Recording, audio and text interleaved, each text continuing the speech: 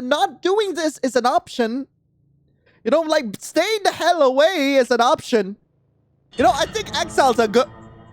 Never mind, turning around and going straight that way is a better idea. I'm totally not going to regret this. Right? Huh.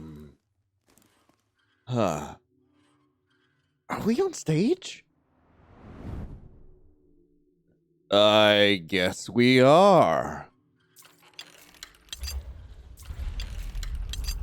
The hell? Yes. Do I click? I do. Do I click again? Shall we begin? What's your season of birth? Wait, May. May is... I guess May is spring? I'm a spring lad. You are of spring. The time when flood's best wash away corpses. Regardless of your unfortunate birth, we must move onwards. What is that?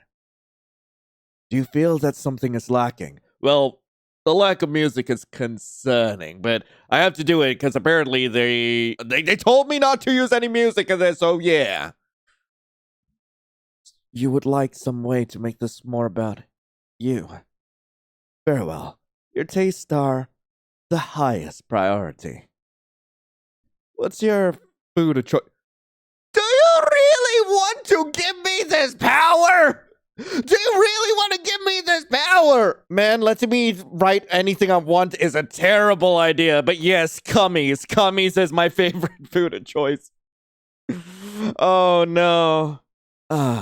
You have exquisite taste in your mouth anyway. Yay, I get cummies! Oh, no! Were you expecting more questions? More focused on your desires? The time has passed, after all. Yours is not the only story. Not the only story? The only story. Yes. Your story. Neat. Chapter 1. Wheel of Fortune. Ooh. Spooky. Are the chapters going to be based on tarots? The purpose of existence is that one should become conscious. Carl Jung.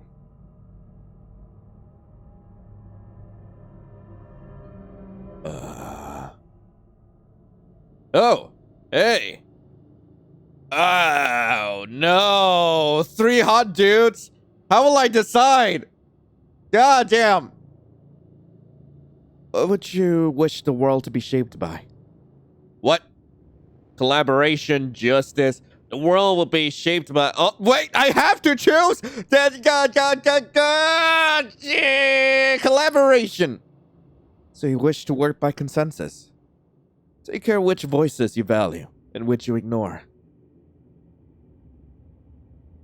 Okay. Hello? Yeah, who's next? Oh, it's you. What's up? What do you do when faced with a challenging problem?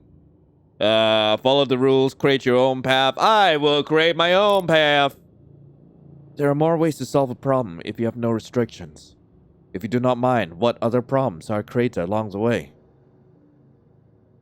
Okay, this might be a bit rude, but this opening's kind of reminded me of like Kingdom Hearts and like kind of determining like how you play the game. Yo, what's up? Hey. Which is more important to you? To find love through forgiveness, to love yourself in your own strength. Love myself in my own strength, that's more important. Loving and respecting yourself can help you overcome many trials. Are you willing to extend that love and respect to others as well? Wait, were they named after tarots as well? I have no idea. I completely forgot what I just read. But what? I am alone. That they are... Why? Okay. Save the villainess.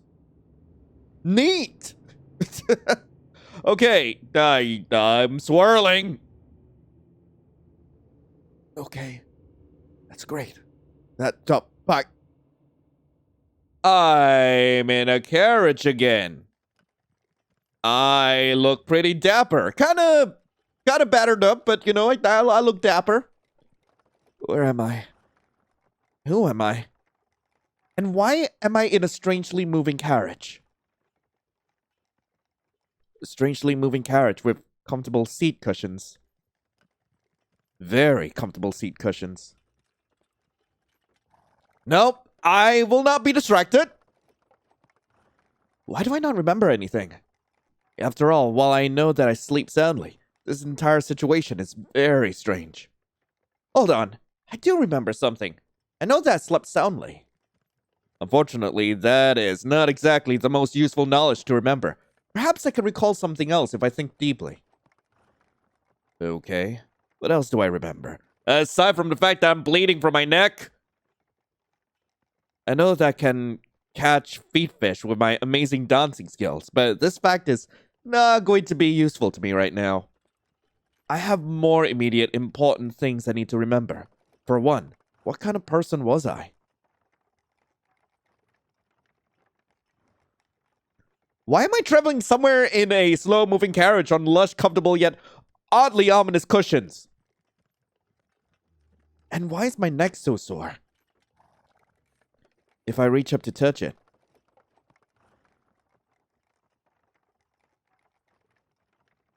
Oh. Yeah, that's blood. Yeah, that is blood. Yeah. Yeah. Yeah, I'm very battered right now.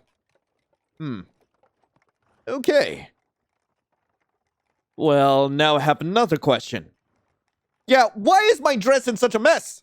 Like, that's my major concern. Like, how could I let this happen? Why is my hand covered in blood when I touch my neck? Is someone trying to kill me right now? Are these incredibly large cushions murder weapons? Why do I know how to murder someone with a cushion? I have to calm down. If I'm going to survive and determine what is happening, I have to be serene. Which is hard to do when my neck is covered in blood. Serene. Think serene thoughts.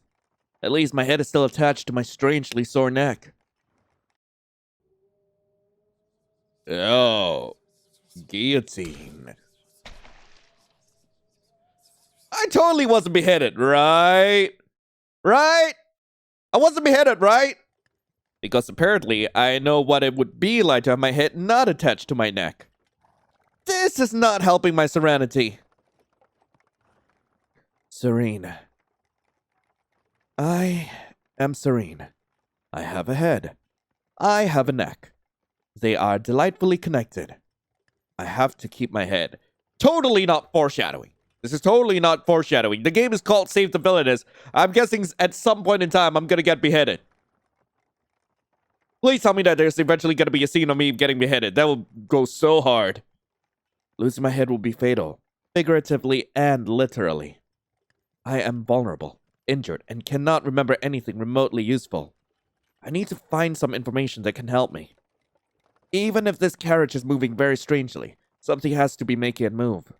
I can hear the horses pulling it, and if horses are pulling it, someone must be guiding them.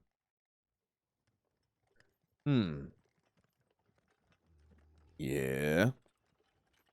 So if I yell out the window. Hello? That is odd. The window does not appear to open. Perhaps if I yell louder, the driver will hear me. Hello? That's the carriage driver! Could you please tell me where we're going? He is not answering me. Well, if the driver's not doing his job properly, I suppose he would choose not to answer me. Well, I guess I'm kidnapped. So I have realized with my extensive memory of about 10 minutes. If you want to get something done, do it yourself.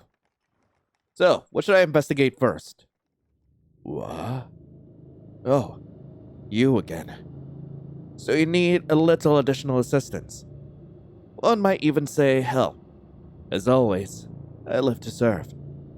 For certain definitions of serve and live. Capturing Hearts, a guide. Okay. The Villainess Survival Guide, an instruction manual. Whoa. Ooh. Spooky. Okay, but how's this gonna help me? Why am I not reading? Why is this fog approaching me? Okay. Cool. Oh, now I decide to read the book. Okay, is it the right side up? Nope. Oh, God. I'm having real difficulty reading now, aren't I? All right. Come on. Congratulations, you have found yourself in possession of one villainess. In order to help your villainess succeed, you will need to know the following information. Oh, my God. Wait, how many pages? Okay. Let's see. Symbols to guide your choices. The moon represents nighttime. It is harder to see in the nighttime. Also, people are more likely to try to murder you. On the positive side, at least your terrifying nightmares and heartfelt conversations with potential murderers might be useful. The sun represents daytime. Many clues are easier to find if there is light and people are awake to speak with you. Not all clues are helpful. Not all people tell the truth. The narrator will not be responsible for any injury, irritation, emotional complications, or prolonged rashes that result from gathering clues. Right, yeah. The combination of the sun and moon represents an unusual time. Sometimes one's villainess might encounter a time that is neither night nor day. Strange things might happen when time is no longer in effect. Stranger than taking advice from a talking book. You be the judge. The book is talking! Okay, let's see. I guess it's a day-night cycle? Kinda? The heart represents a love choice. One cannot buy love, but one can decide whether they wish to gain love or to lose it. Do you want romance for the villainous? Do you want something else? Should you care more about impending murder than manipulating emotions? Nope, I am definitely going to be romancing everything I can. That's the way I'm gonna get through with things. The red heart represents an affection-raising choice. Is your dream to find love? When a love choice is made and you see red hearts rising into the air, love is being increased. Truly, love is all you need, so long as you do not care about pesky details like staying alive.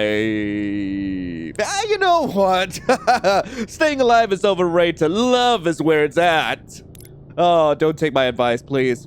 The black heart represents an affection-lowering choice. Do you hate romance? When a love choice is made and you see a black heart break and fall, love is being decreased. There are a few things more satisfying than reveling in others' misery. Let them eat little cakes. The magnifier represents a deductive choice. Do you love solving mysteries? Whether you do or not, you must to survive. If you make incorrect deductive choices, your villainess will face a terrifying ending. But perhaps there are things you can only learn when all hope is lost. Right. Purple butterfly represents a correct deduction choice. Okay, do you like being right? When a deduction choice is made and you see a purple butterfly fly upwards, you made a correct deduction. You can then bask in smug satisfaction until the next murder attempt. The red butterfly represents a failed deduction choice. Do you enjoy failure? When a deduction choice is made and you see a red butterfly flying downwards, you made a deduction that will lead to failure. However, some failed deductions will have unusual consequences if you do not mind the risk of death. Alright. 1101. You wish to receive fewer direct clues from me and no longer see hearts and butterflies after your choice. You can choose to act as a detective rather than view this as a story. You can make the transformation within settings. If you have previously visited, you also have the control to skip through this tale. I hope my service is as subtle as you are. There may be other hints and tricks for you to discover, but only if you can find a way to save the villainess. Okay, that just goes back to the very beginning. Nah, this book just loops back over and over. That's not entirely helpful, but thank you. Should you wish to revisit my assistance or read further notes of use, you may seek me at any time at the sign of the butterfly. The yellow sign! Solve the mystery. write the story. Save the Villainess. Okay. Neat. Also, sorry about screaming the yellow sign. I've just been really into the King in Yellow lately. All right. Now, can we get ourselves killed yet? Wait. Do you believe you already know it all? Yeah, I don't need guidance. Let us hope for your own sake that you are as knowledgeable as you believe you are. Please don't tell me that's for me to find out more about this world. And that's not actual important information I just skipped over. I do sure hope not. So what should I investigate first? Yoink. Oh. What should I investigate first? Okay, got it. Maybe looking outside will be helpful. These cushions must hide secrets. Have I really looked at my hands? Wait, what? My clothing might have pockets. Are my body parts still attached? I've got so many choices. Wait, let me save. I need to save. Let me save. How do I save? Why can't I save the game? Okay, maybe it's a good idea to look outside.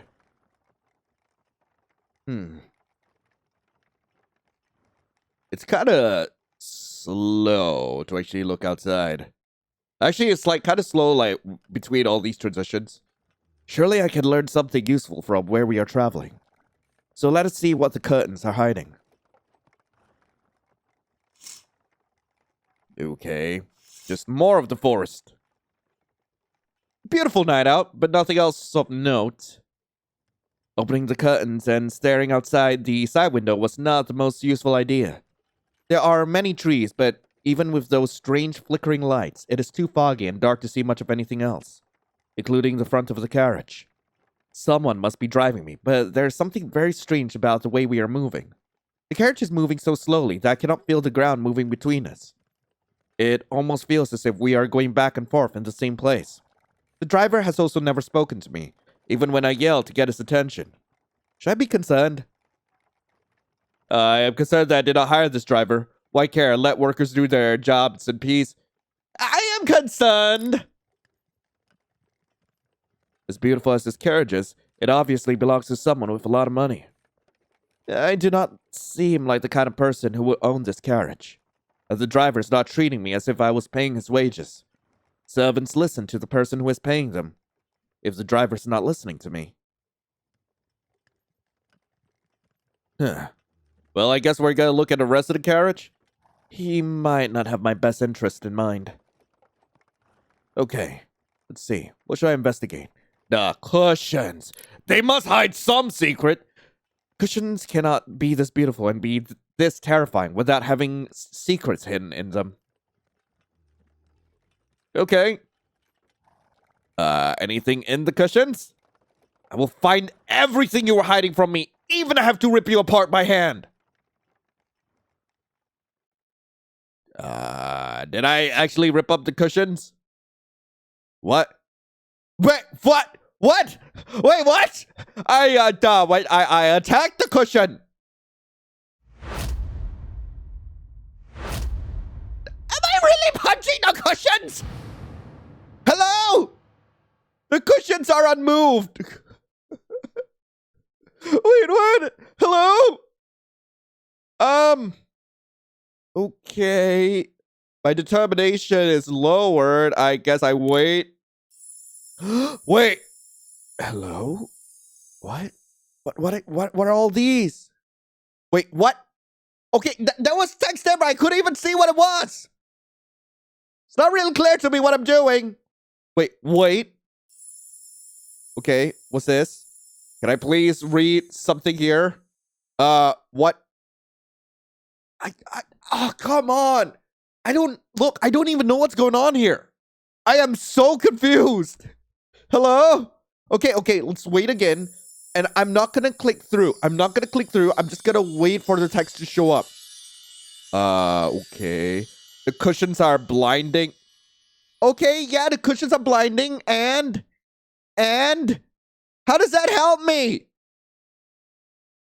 What do you mean defeated? Was I murdered by the cushions I was trying to inspect? Hello? The cushions are both beautiful and made of material much stronger than me. Well, no! Who gave you the bright idea to stare at our cushions and just punch them? Well, it would have been funny. It would have been funny if we actually looked through them. I've been defeated by cushions. Perhaps there's something I can learn from this experience. I don't think I learned anything. These cushions must be wildly expensive, like this carriage. Its ornaments contain enough gold to fund a small nation. Whoever I am, I know when something is expensive. Even though, based on my condition, I am not an expensive person. Therefore, this is not my beautiful carriage. This is not my beautiful ride.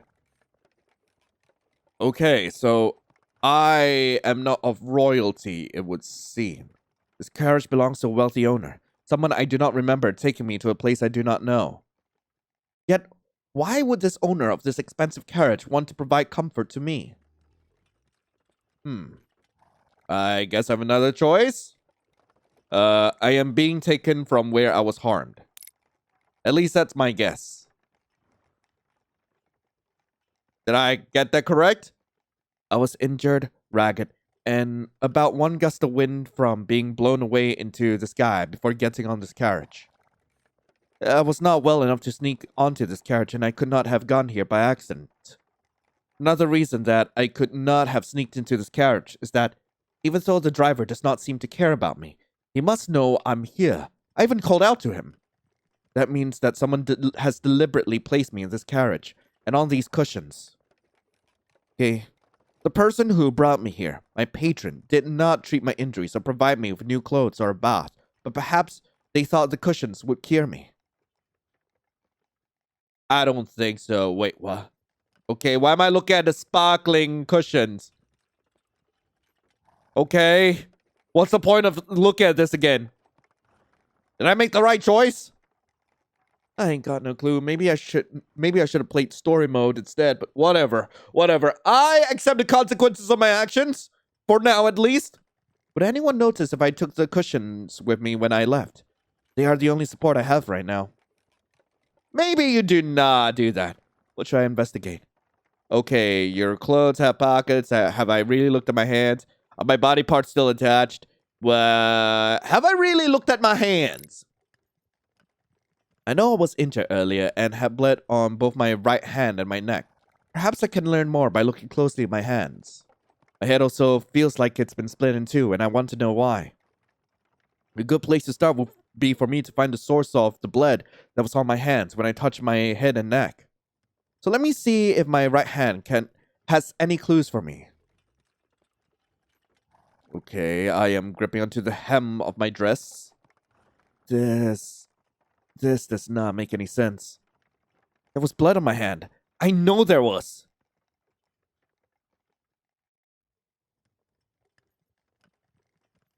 I just need to touch my neck again. That is odd. Yeah, there's no blood. Why is there no blood? Hello? This is bizarre. Not only is the blood without a source, there no longer seems to be any blood at all. I cannot feel any injuries. I cannot detect any bandages or stitches to stop the bleeding I felt. Even the blood that was there earlier is gone. My hand and neck are completely clean. Okay. Even if I could heal in minutes, the blood on top of the wound would still be there. I do not understand what is happening, but I do have another hand. Perhaps that hand will not betray me. Are you really gonna use your left hand? Also, your dress is still completely ripped up. So what does my left hand have to offer? Well, this hand has no blood on it, imaginary or otherwise. I have neither calluses nor scarring. I have also never dug dirt with these nails. These are not the hands of someone who spent a lot of time using them for anything other than gesturing. I feel as if whoever I am liked crooking fingers at people. The finger crooking muscle is well developed. But why is there a faded circle around the bottom of my fourth finger? I was betrothed to someone, I would believe. That's my guess, at least. Alright, so let's make a deduction here. I heard my hand and the scars fading. I had recently removed a long worn ring. Alright. Why would I have a ring mark on my forefinger, my left hand? Unless... Was I engaged? Married? Unless this is the plot of a very naughty book, I am sure that a lover would not have tossed me half naked and injured into a carriage by myself. At the very least, one would think I would still have a ring or some sign of their support. I am deeply afraid that my taste in lovers was very much like the state of my body right now. They both stink. Alright.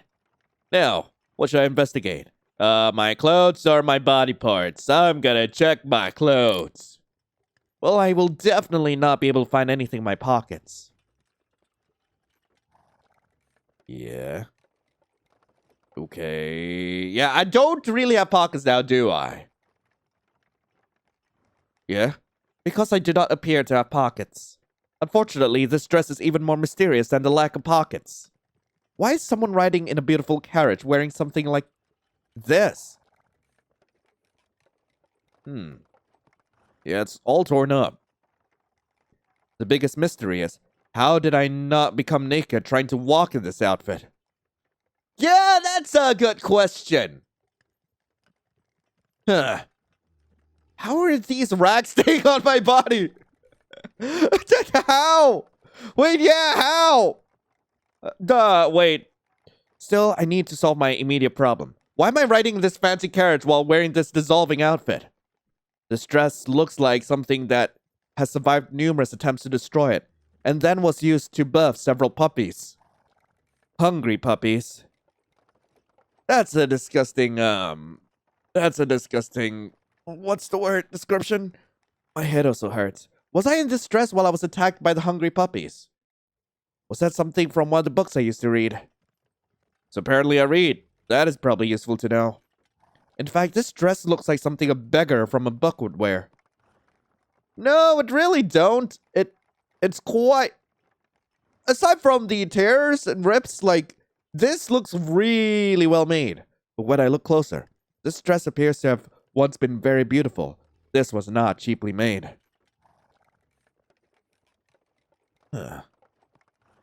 Maybe it got out of a scuffle? This dress also appears to have been damaged not just by wear, but by force. The dress and I have also not been washed for weeks based on the overwhelming smell.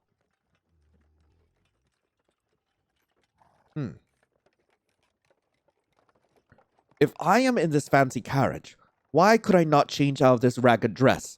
What happened to me? Okay. I could not change because I was a prisoner. I could not change because I was poor. I could not change because I was a prisoner. There ain't no way you were poor. Based on the original quality of the dress, this was not made by someone who was poor. This was a dress made for a wealthy woman. Why is it in such a terrible condition? Was I kept in a place where I could not clean myself or change it to something else? A place like a prison? I certainly feel tired and hurt enough to have been imprisoned. Imprisoned? Hopefully I am not being moved from one prison to another. Even more importantly, I hope that whatever this carriage is going, well, wherever this carriage is going, they will allow me to wash myself and my dress. Although I am not sure either of us will survive water at this point. Right, let's see. What should I investigate? Are your limbs still attached? Well, when I investigate my body, my feet hurt enough for me to wonder whether or not they are still attached. The good news is that my feet are still attached to the rest of my body. The bad news is that there's definitely a reason for my feet to be hurting.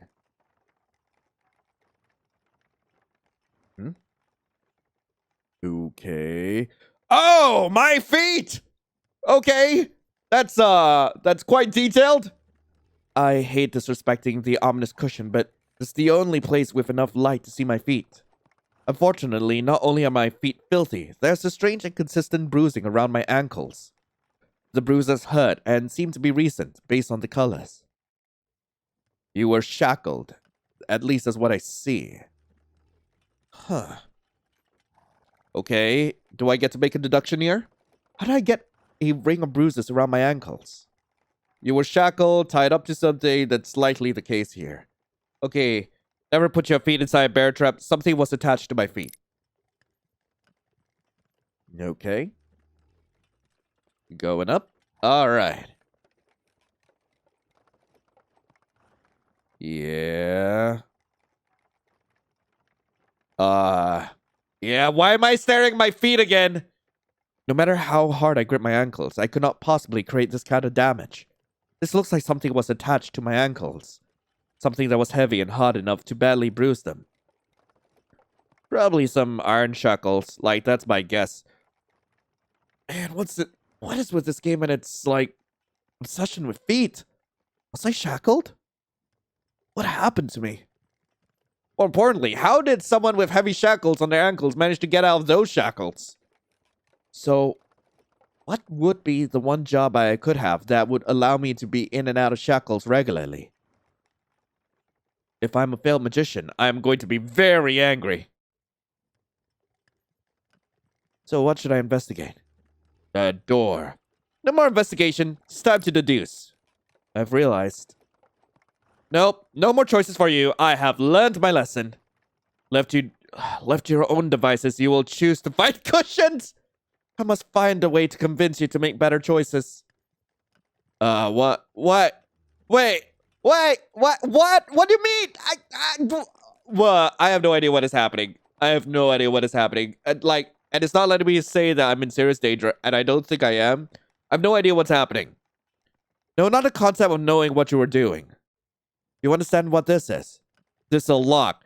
L-O-C-K. What does a lock do? Yes, it locks. In this case, one of your options is locked. Because of your previous terrible choices, the path that will proceed to a better future is closed to you. Should you make clever choices, or rather, if the villainess makes clever choices, a better path will be unlocked and available.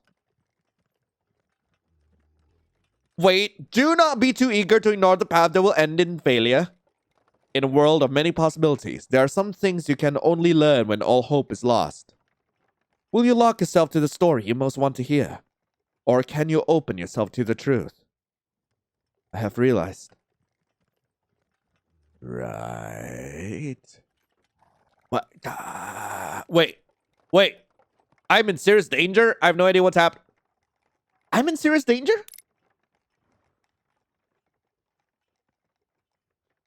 While I might not remember my name, I certainly remember power.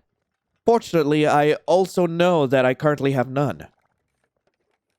I was injured and imprisoned, lost a long-term engagement or marriage, and am currently traveling to an unknown location surrounded by ominously comfortable cushions. However, this is not how I always lived. I was obviously once wealthy. My clothes are still attached to my body because they were made of fine, expensive material. How else could they survive both prison and hungry puppies? On the other hand, my poor fingers have obviously never faced a choice more serious than which servant to crook my pointed finger at before I would wound up here. So, how did I go from luxury to misery to this beautiful carriage?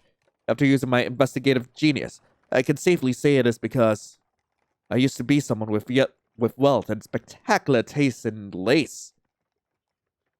Yet, I was somehow imprisoned by powerful enemies, possibly because they were offended by my sense of style. However, someone with even more power and a greater respect for lacework rescued me out of prison and placed me in their expensive carriage. This is information I can use to survive. Or at least I could use this information if I was not trapped on a carriage ride to nowhere with a driver who refuses to speak with me. I just need a moment to think. Is there someone out there? Hello? Hello? Carriage driver? Oh! Well, this is a different view of me. Damn, I look pretty. Alright. Butterfly? Butterfly. Butterfly. Okay. I don't really know why. Okay. So, what's up with the butterfly? Am I the blue fairy? I have no idea. I don't know why I would suddenly think of Pinocchio. Okay. Hello? Are you gonna speak with me or not? This is quite a sequence, but I don't know what any of this means. This could possibly be a lot better with music, but whatever, I guess. Ah, man. Okay. Am I supposed to touch my arm? Okay. My leg. My leg. Do not go to my feet. I've had enough of looking at my feet today. It's going to my damn feet. Why?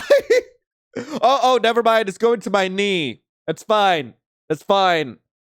Don't go. God damn it! Why? Why is it? What's with this game and feet? Hello?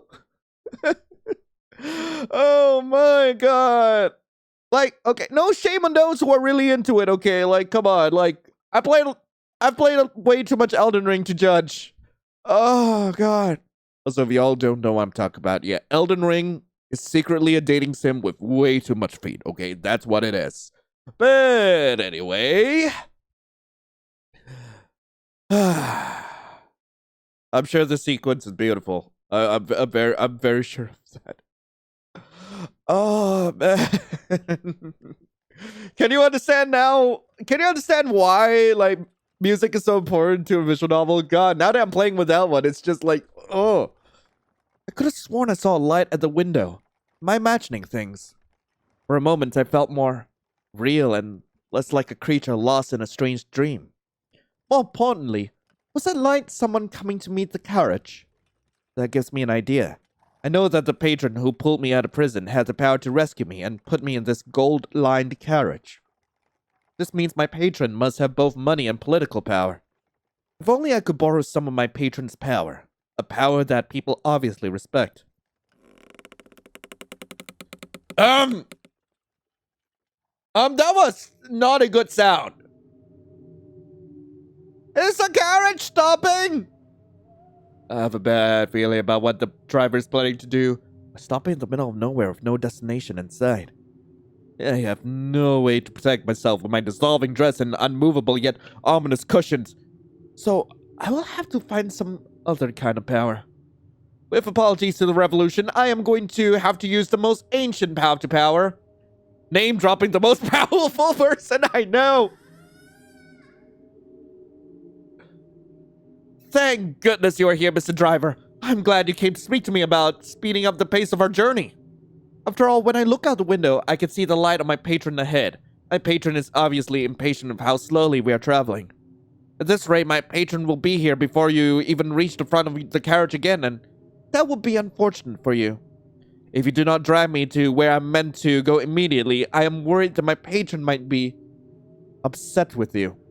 After all, I do not wish any harm to come to you. Power to the workers who make the country and this carriage run. Was that the plague? Did it work? I don't know why my first thought was, okay, when those black spots came along, my first thought was that the plague? I don't know why that's my first thought. I knew name dropping the owner of the carriage was the way to survive. The rights of the working class are very important, but sometimes you need to have the power to purchase right carriages to make things happen. Finally, I'm getting somewhere. Perhaps this time I shall even remain conscious. Hopefully. The purpose of existence is that one should become conscious. Carl Jung. We're on chapter 2? Oh. Yeah, this is named after, Taro. The tower. Nice. There's no coming to consciousness without pain. Carl Jung. Good to hear. Thanks, Carly. Young? Carl. Can I just call you Carl? Carl! Carl! Carl! Are you gonna help me out this conundrum? Romance? Romance. Love. Well, yeah, these are things I'm going after. Yeah.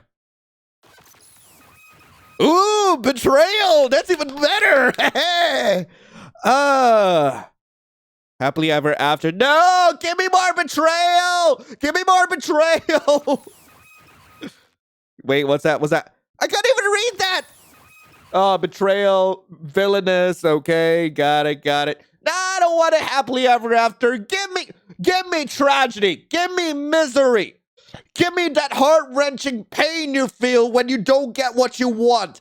When you're this close to getting it, but you just don't. There are so many stories that can take you on a journey to your dreams and nightmares. Imagine yourself the heroine in every one of them.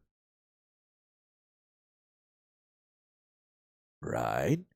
Do you remember? Do you remember your sanctuary from a cruel and unforgiving world?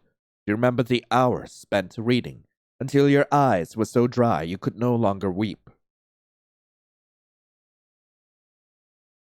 You know, I kind of imagine a Batman song like playing right then and there, just straight. So many charming stories featuring swooning sweethearts who could overcome all obstacles to their love.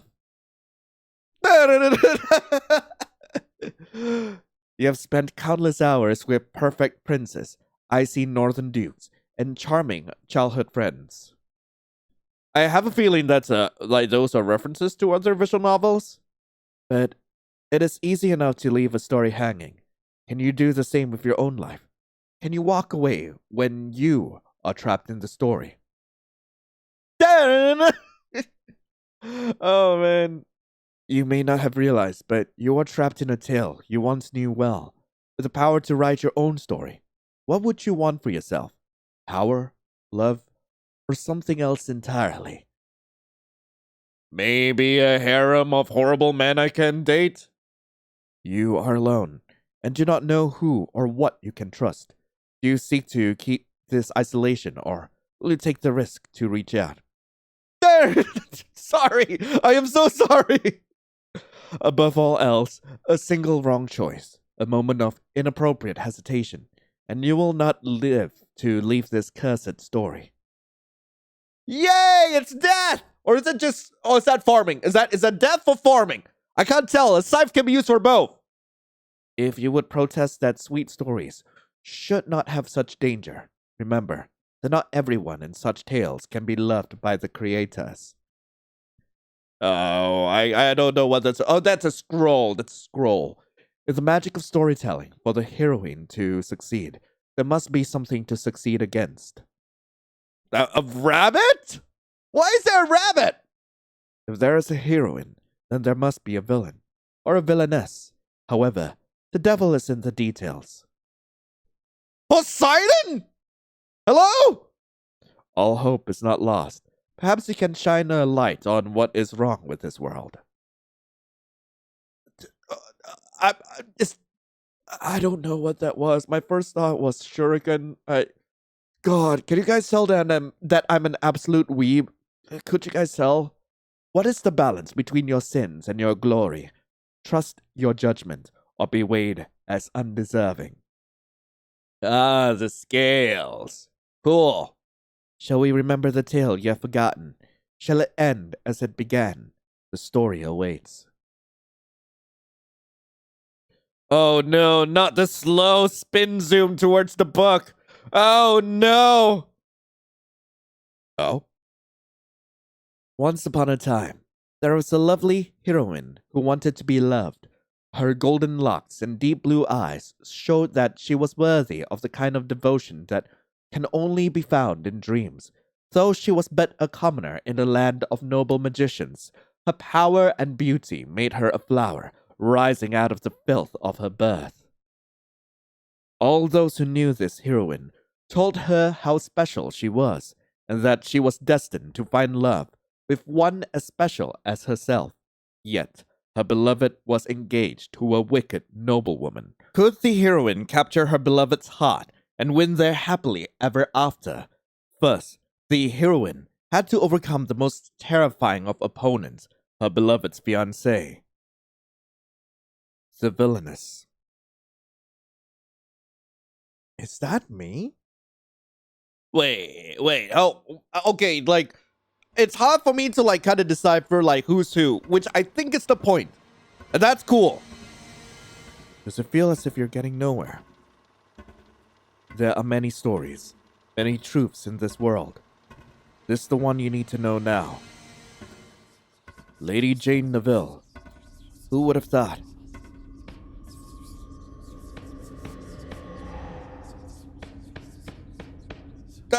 Phoenix, right? Order! I will have order in this court! I am presiding over this trial, and I will have order!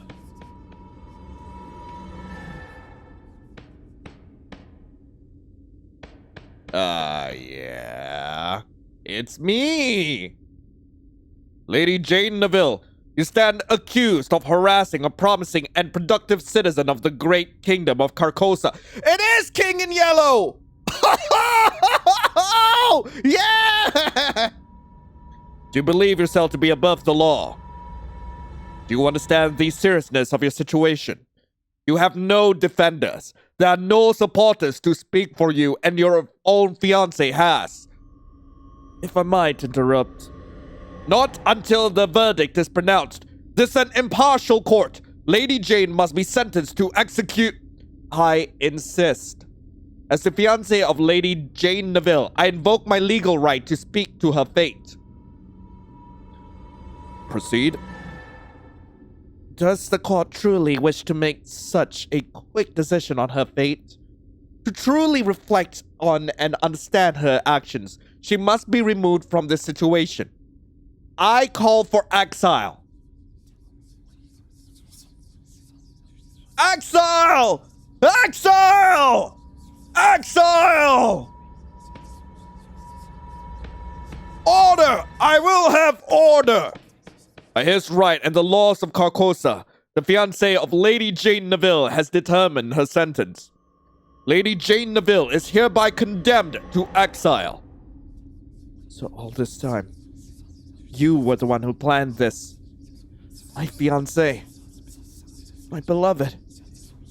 My betrayer. Exile! Exile! Exile. One without support is the same as execute.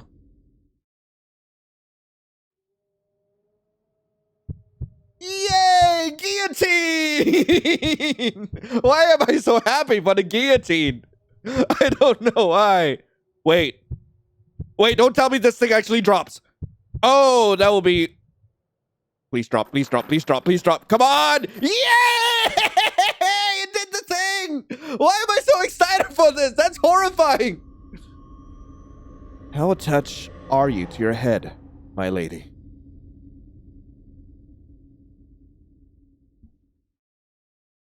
Hello? Huh. What in the name of bad romance authors was that? I think I just barely survived a potential murder attempt from my silent carriage driver. Was that murder attempt connected to my dream? A dream that I became the villainess in a terrible romance novel that I do not remember reading? That would explain why I am a rag-covered amnesiac who has a strong understanding of guillotines. Obviously, a brilliant woman like me would normally play the role of a heroine, but someone must have decided that the villainess could use my investigative genius. This all means that I am currently trapped in the body of Lady Jane Neville, a woman whose name has evil written right into it. So if I want to survive, I must use my investigative genius to determine who wants to get rid of Lady Jane. Is everybody an answer? However, if that dream is true, then Lady Jane was mostly loathed by the heroine and Lady Jane's fiancé for being in the way of their romance. You know, now that she's brought that up, I'm starting to think that she's not actually the villainess. This is still very early on in the visual novel, but I just have an inkling of a feeling that she's not as bad as people make her out to be. Just a feeling. And no, this is totally not me being like, I can't fix her. That's totally not what I'm doing. I'll make her worse. I call for exile.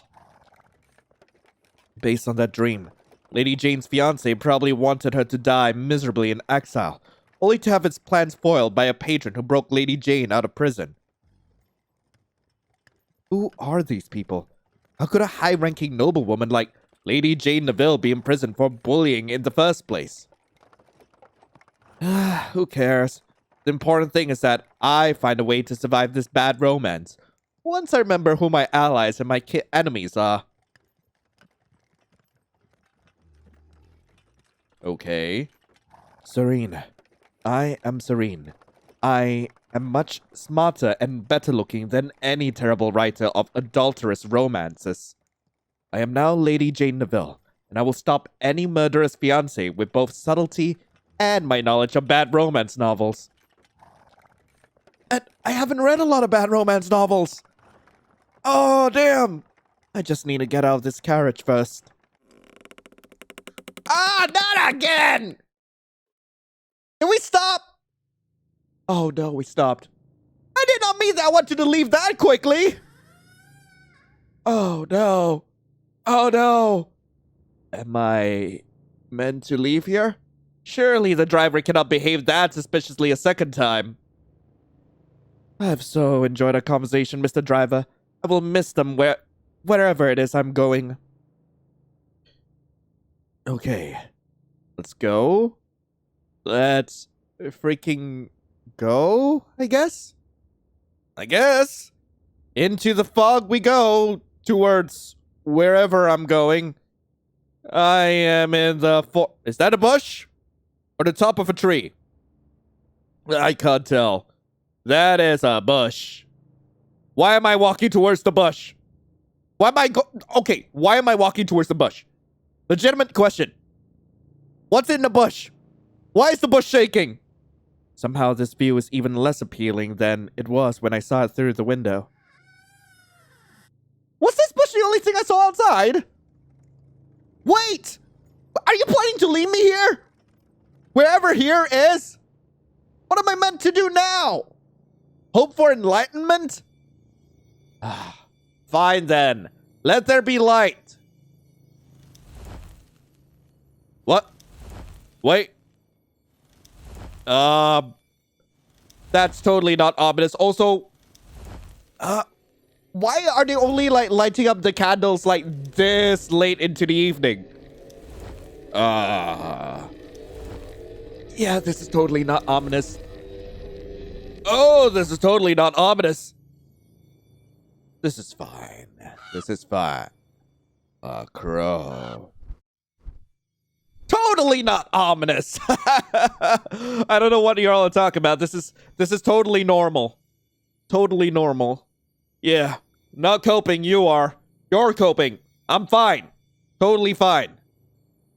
Well, that was not at all ominous. This place is not at all suspicious or murderous. What next? Will the dead now call for me? Come closer. But what if I don't want to? What if I don't wanna? What if I just don't? That's why I don't. Not doing this is an option. Staying the hell away is an option. I think exile's a good... Never mind, turning around and going straight that way is a better idea. I'm no longer upset about this visual novel's obsession with feet. I'm fine. Ooh, shiny. Oh, hey. Ooh, hello there. Hi. What's a handsome place like you doing in a guy like that? I mean, yeah. Ah, that is much better. I have been waiting for you, Lady Jane Neville. Right. Ha! Welcome to the house. So that confirms that the dream was real. I am trapped in the body of a villainess with amazing hair and a poor taste in men. It is reassuring to know that someone in this story is both polite and willing to not instantly murder me. Yet, if I am currently this story's villainess, how much can I truly trust this person? I have 1,000 questions to go along with my new name, but I cannot afford to ask any questions unless I am very careful. I must be clever, calm, and in control. I must find the perfect way to respond to this servant's welcome. This is a lovely house. Do people often survive the night here? Yes, for certain definitions of survive. That is very comforting. If by comforting I mean afraid that this is yet another person out to murder me for Lady Jane's past villainy. Maybe I should see if I can subtly learn their identity. I assume we will be spending some time together. What should I call you that will not make you want to murder me? I am they who serves. I assume you do not want me to call for they who serves when I am trying to survive the night here. If you are unable to translate serve into a name, servant will serve both of us. Maybe clever is an impossible goal for me right now. So instead, I should say something that sounds like I am a perfectly normal non-villainess who knows how to not be suspicious. If this person is dressed as a servant and I'm supposed to be a noble lady, I should say, time is too important to waste. Am I allowed to rest? Time is too important to waste. Time is too important to waste. So far, I have not been murdered. I would like to continue surviving by asking smarter questions and being led to a safe bed. I look forward to you providing me with both answers and pillows. I admire your commitment to knowledge and pillows. Of course, one of these things is more likely to strangle you in your sleep. My pillows will strangle me in my sleep? Not if you have sufficient knowledge. Then I will not let myself be defeated. I will find the information I need. I will spend all night grappling with it if necessary. No matter how hard, no matter how long, I will succeed. I believe in your stamina, my lady. Should you work up an appetite, I am happy to serve. After all, I admire someone who can handle difficulties that are both long and hard. Servant, what do you mean? I am unsure if you are just being mysterious or if you are trying to delay before we enter the mansion. Time is a terrible thing to waste. Shall we proceed? Let us see this charming house. I hope that it and you will meet all my needs. I hope that we will both provide all that you desire. Welcome, Lady Jane. May you find what you seek.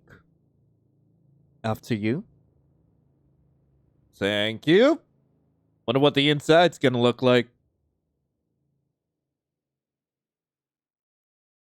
Oh. Quite gloomy? A lot creepier than I thought it would be. And probably because of the lack of music. Yeah, I'm just saying. Also the droning music the droning sounds that came before it. I'm sure this is the moment where we hear, like, some grand entrance song or something, just like violins or something playing. I'm pretty sure that's what's supposed to be happening here. Am I supposed to be impressed by all this? Also, how did the lights all come on by themselves? Probably magic. Probably magic. Okay. You okay there? Are you having an anxiety attack? Jane? Jane? Why am I spinning? Okay, why am I spinning? Wait. Okay, how am I spinning? Where am I spinning to? What is spinning me? Who is spinning me? Okay. Are we back on the ground? Please tell me we are. Okay, we are. I guess we had a panic attack. I am not sure. Okay. All right. What is going on? I am so lost. Help. Help, I don't know what's happening. I don't even know how I'm moving. Where am I going? Where are my feet?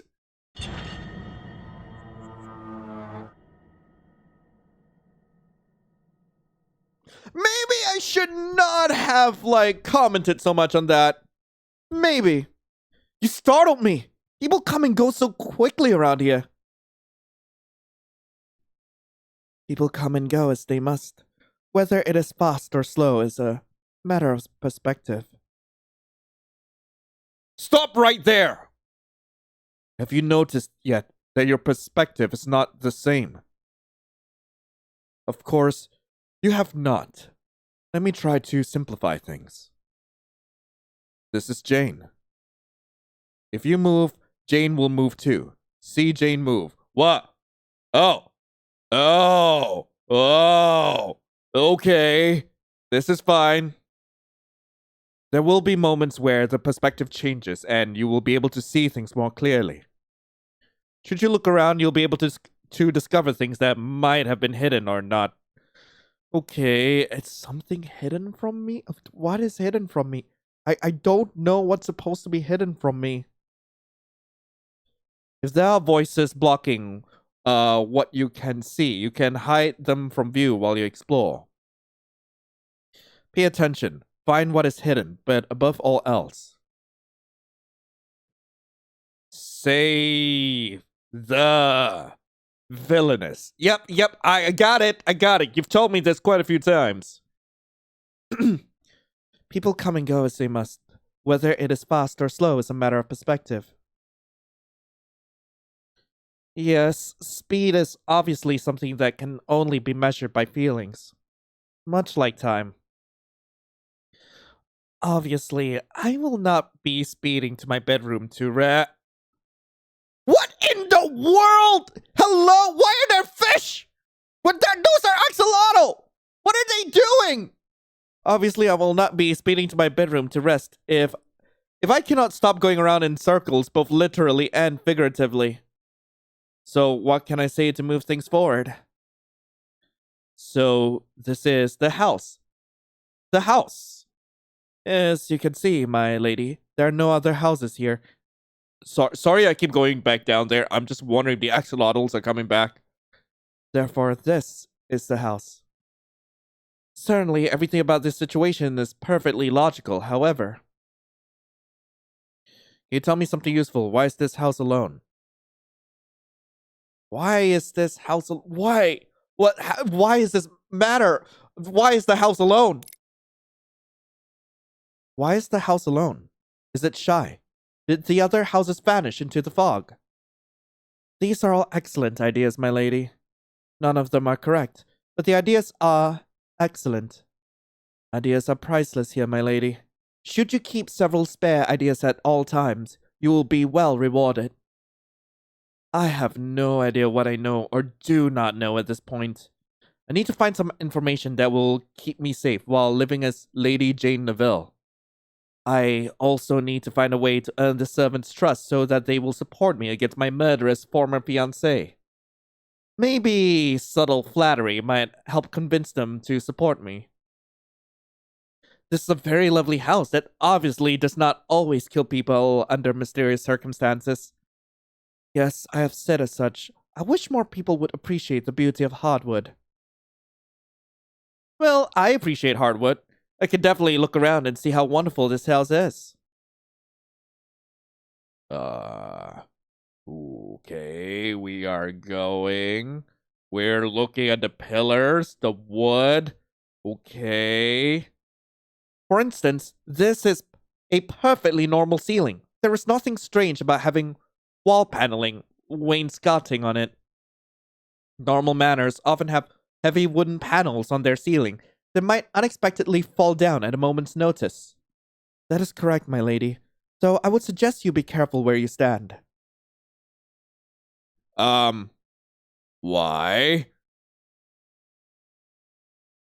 Why? Is that the secret of the house? Does it destroy people by dropping unexpected wainscoting from the ceilings? That is mostly a matter of timing, and time is always relative. for all that servant speaks of time being relative, I feel that it is running out for me. So what can I do to extend the clock and learn what I need in order to protect myself? Perhaps I will learn more if I suddenly show a servant I am trustworthy. Speaking of timing, you can tell me anything at any time. I am very trustworthy. Ah, how wonderful that you are trustworthy. In which case, the secret of the house, yeah, is that we barely have the wainscoting under control. What? It is very difficult to tend to places beyond my reach. I am both ashamed and impressed that you noticed my inability to serve. This is beyond my ability to respond to. Wait, ignoring their obsession with wainscoting, servant said we. This is my chance to discover something useful. That is not something I've noticed. By we, do you mean you and me? Are there others in this house? Are there others in this house? I mean, other than you, myself, and the wainscoting. Very clever, my lady. The inhabitants of this house vary, but they will become clearer as you decide. So there are other people in this house. I knew that light in the carriage window meant that someone was here. But there. So does that mean my patron is here? Or is it someone else entirely? Is my former fiancé lurking in the wainscoting while preparing to murder me? Either way, I had better make sure servant is on my side and not tempted by lurking fiancés. Well, no one else here could possibly be as remarkable as you. Oh, my lady, in several hundred years, your bones will grow flowers as lovely as your long decayed flesh. On second thought, I hope I meet some of the other inhabitants soon. I hope that my honesty does not confuse you.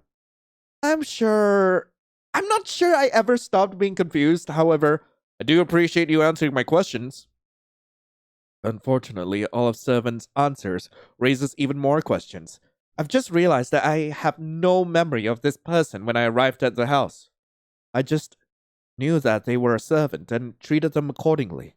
When they called me a lady, it felt natural to give them orders. Yet, who was servant in the original novel? Was servant someone important to the tale, or just one of the unnamed background characters? Surely, even if I was Lady Jane and could remember her past, Lady Jane could be forgiven for not remembering the name of a single servant, no matter how familiar they are with me. Unless they were her childhood nanny, her very young-looking childhood nanny.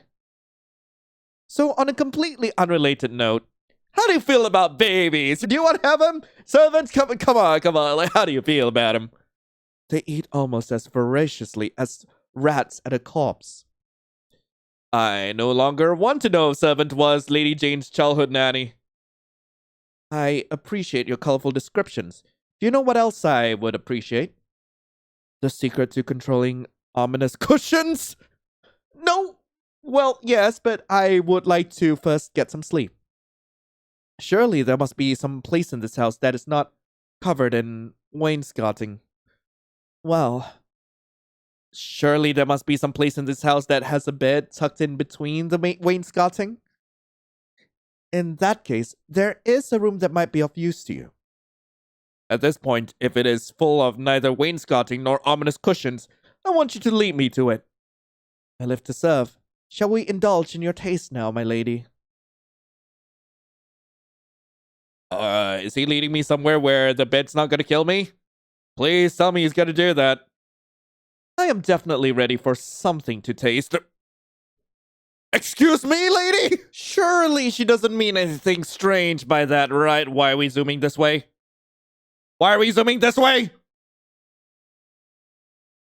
Okay, now I'm getting paranoid. Hello? I guess this is where the regal music would play? I would guess. Alright, let's see. Anything to say, or are we just gonna stand here and silo? Nearly there, my lady. For some definition of nearly and there. It feels as if there should be many more rooms on this side of the manor. Yet, there is only one door. This does not match the windows I saw from the outside. Even the lights I saw from the outside did not match the lights inside. Then once I came inside, those candles slowly lit up by themselves. However, at this point, I will be grateful if there is not a giant pit I must cross to reach a bed. Is this the bedroom where I'll be staying? Of course. Unless you prefer the hallway. Oh no. Oh no, I can. Why is the painting blinking at me? What is going on with the painting? Hello? Pardon me? Well, it is a beautiful hallway. You're welcome to stay in it as long as you like. So long as you do not mind what comes out of the wallpaper when you close your eyes. Serene. I am serene. Ah, serenity. I wonder what that feels like. Me too. Now that we have something in common, I should ask Servant a question to better understand what is happening in this house. After all, I am supposed to be trapped in a bad romance, not in a horror novel, yet it is clear that there is something very odd about this matter, or perhaps about Servant. To help me become serene, I have something I need to know. Why is this house so unusual? Do you usually see things that are not there? Why is this house so unusual? Perhaps it is the other houses that are unusual, and this house is as houses should be. No, I am very sure this house is the problem. That is true. The house is both the problem and the solution. Perhaps more of a problem due to the lock situation. What lock situation? When there are locks, sometimes one can get locked out of rooms. If you get locked out of a room, are you not supposed to speak calmly? Since communication is key? You are as witty as you are lovely. I'm not sure whether or not I was just insulted. However, the only thing worse than being insulted is having to ask whether or not you insulted so. Yes, I definitely understood your clever words. I am now ready to sleep and think about how clever you were. What a coincidence. I'm ready to stay awake and think about the same thing. Well, I am ready to take my chances with whatever is beyond that door. Then, while the evening is spread out against the sky, let us go. Yeah, this is totally not horror. Off to you, my lady. Oh, nice room. Okay. Lovely. I like the view. But I don't know, like, if I got enough affection points for the dude. I'm being for real here. I have no idea. Oh, playing detective mode is so tough. Because, like, everything is still up in the air about, like, whether we've actually said the right thing or not. Oh, it's really not clear cut. So the bed is placed against the wainscoting. But the builders unable to stop creating wainscoting long enough to make space for somewhere to rest. Rest is temporary. Wainscoting is eternal! That seems like a design decision that will cause problems when wainscoting starts falling on people just trying to sleep. As I said, rest is temporary until it becomes eternal. Well, temporary or not, I need some rest. Although I would like to bathe first. While my thick coat of dirt and bruises might match the decor here, I do not want to sleep in this charming outfit. It appears I may have another concern as well, based on the noise of my Oh, that's my stomach! I need some way to fill my hunger. The bath has been prepared and food is available to consume while you wash. Still, while the bath is available, I will not be joining you. Ah! What? I cannot provide for all your appetites and needs. Excuse me! You are excused. Still, you will need to clean your body and thoughts on your own. Good evening, my lady. May you wake from your dreams. Well, I am now afraid that if I blink, the room will disappear as Servant did. I must find the bath before this happens. The room looks as if a depressed brothel mated with an army of wood panelings. Where could a bath possibly be hidden in this place? That makes both more and less sense than expected. How did they even fit a bath in? You know what? Never mind. I'm just grateful to be able to clean myself. At least the water is pleasant and does not seem to be ominous. Even if I can no longer see the blood I am sure was on my hands and neck, at least I'm able to become clean. That really doesn't sound like my stomach! If only I could do as well for my stomach. Also, where are the towels? Where did that food come from, and why is it being held by a piece of wainscoting? I am too hungry to care. I will be very upset if I am murdered by a frighteningly shiny apple and a wine glass full of apple juice, but at least my stomach will stop making terrifying noises.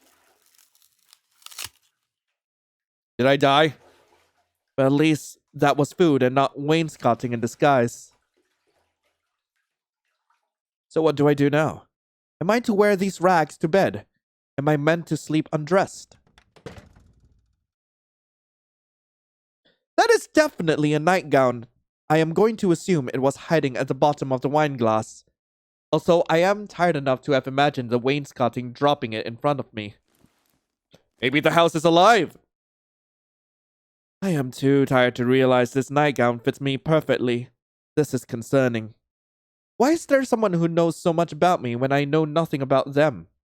I still do not care. Those pillows look so comfortable that they can strangle me and I will die smiling. It is time to sleep. Is it EP time? EP time. EP time. Okay, slowly zoom out time. Me in a nightgown time. Investigation time? I hope my new dreams are kinder and less strange than the rest of my day.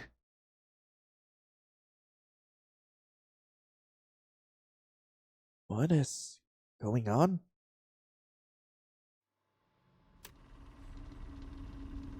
Oh, yeah, sure, more dreams.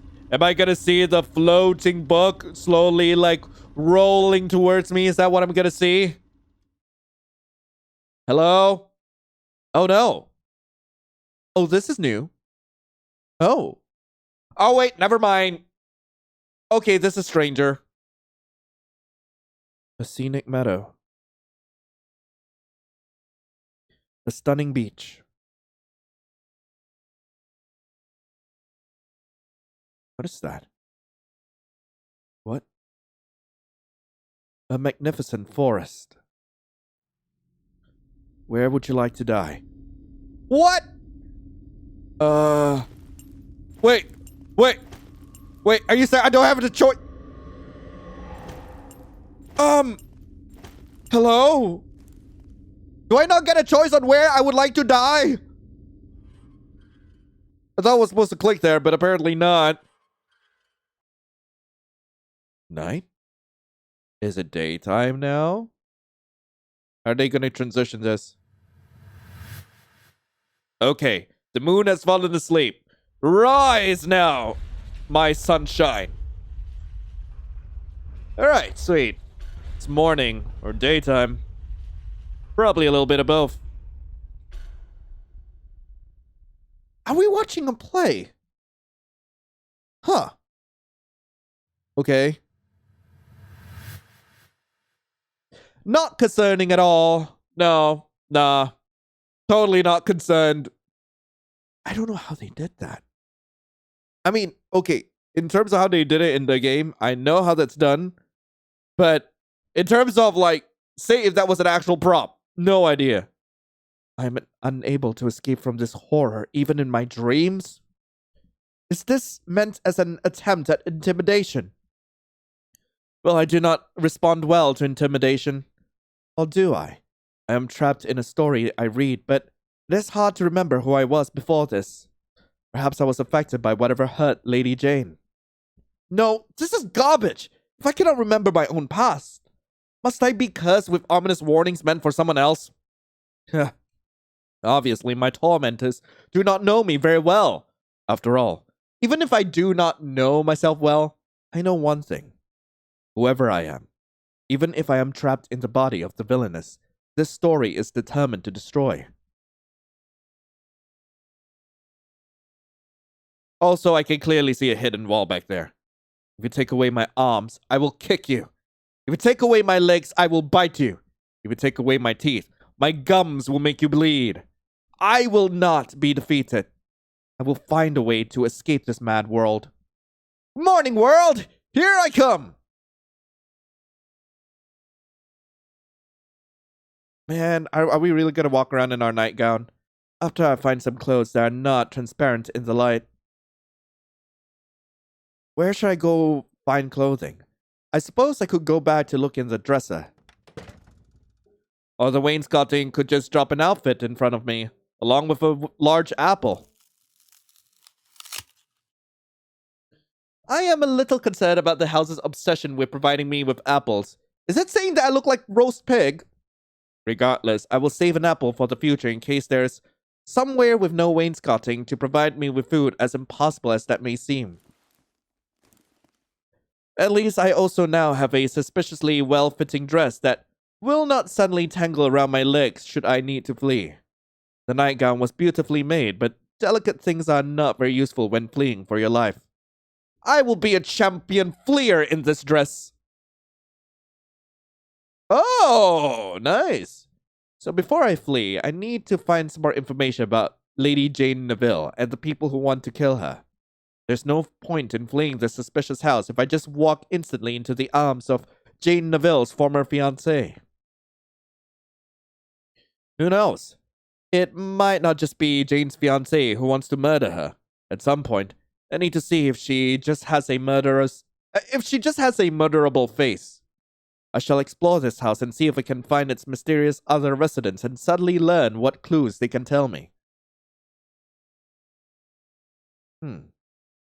Then I will flee in my very fleeable dress. It is so comforting to have a plan. Okay. Well, are we not gonna look at the hidden wall? What? That's changed. It was 1,001 now. So, where shall I go now?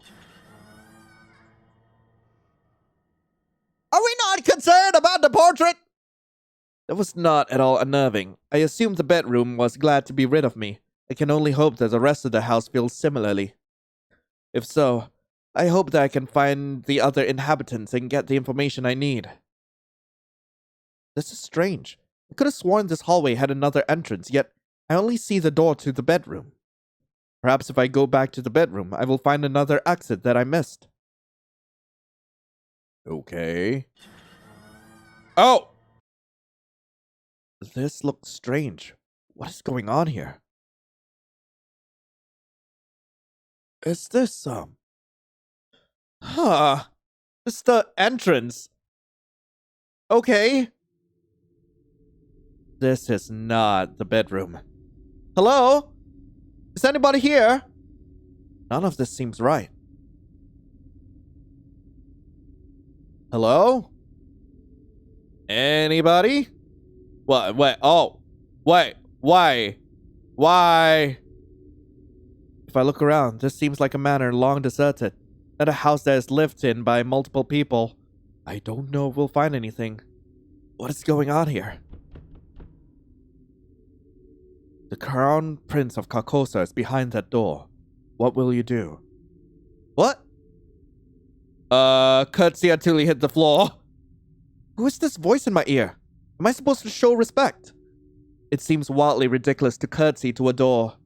Perhaps the house is in the habit of naming its doors after royalty. I could probably afford a curtsy if it makes this situation stop. Serene. I must be serene. This is ridiculous. Obviously, I am merely being blinded by wainscoting and need more rest. If I move closer to the door.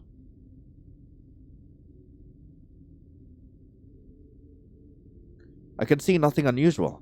Nothing unusual for this house, at least. How could the Crown Prince of Carcosa possibly be on the other side of this door? You're the prince in yellow? Ooh. No, not his feet again! Okay. I am zooming into his crotch. Great. I love zooming into people's crotches. Ooh. Okay. Hi. How are you doing? Where did all this come from? Jane? Is that you? It is hard to see with all this light in my eyes. I recognize this man. This is Edmund Alpin. I hope you are doing well, Jane, despite the recent problems. The Crown Prince of Carcosa.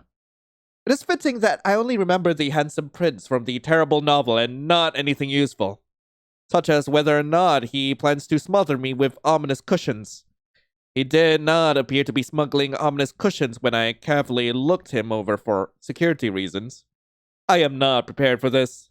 What do I do now? Run away as fast as you can. Hello, Your Highness. Goodbye, Your Highness. Wait, what? Wait. Also, why did it freeze? Jane?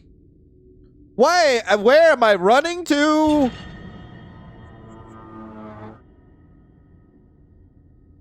Why? I could have sworn that there was not a giant hedge in front of the manor. It was very dark last night. More importantly, I am a simple woman. When an ominous voice whispers choices in my ear, I expect those terrible choices to be honored. Forcing my body to run when I have chosen otherwise violates the spirit of ominous voices. Should I not have been allowed to curtsy so low my knees escaped from this stupid story? Think of my escaping knees! It appears you doubt my guidance. But would you be pleased to listen to an ominous voice in your ear? Point taken. Also, your advice is terrible. A good ominous voice would at least let me say something impressive, such as, "From the depths of oblivion, I curse thee," before I had to do something stupid. You made me say, "Hello, Your Highness. Goodbye, Your Highness." How can I be a good villainess with such pathetic words? That is not even addressing my ridiculous run. So, you did not wish to run? I had no desire to run so far and hard with some other force controlling my body. Fine. The decisions are yours. You will realize this truth soon enough. And wish you had run even further. Do I run from this man? Ha! You sound even more foolish now. Nobody could run any further in skirts than I did. Well, you should probably turn around. So, I'm finally free of voices, and in a scenic hedge.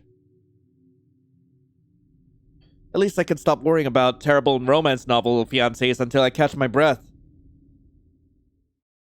Oh, no, not the feetsies again! Okay, and let me guess, I'm gonna zoom into his crotch. Yeah, right there! Just the way I like. Why? Ooh, that's a nice brooch.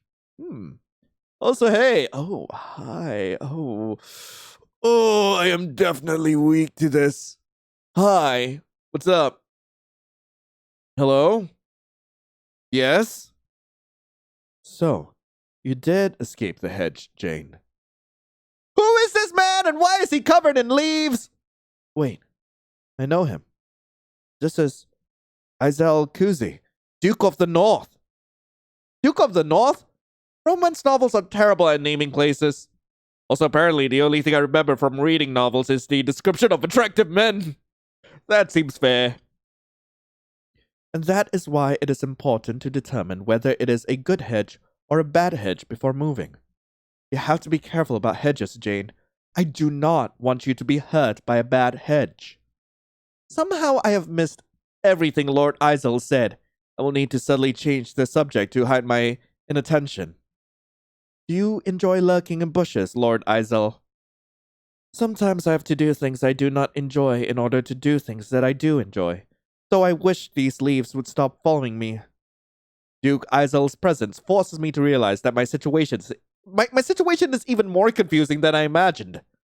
I was so sure that Prince Edmund was the former fiancé that I was escaping, especially since I was literally forced to escape from him.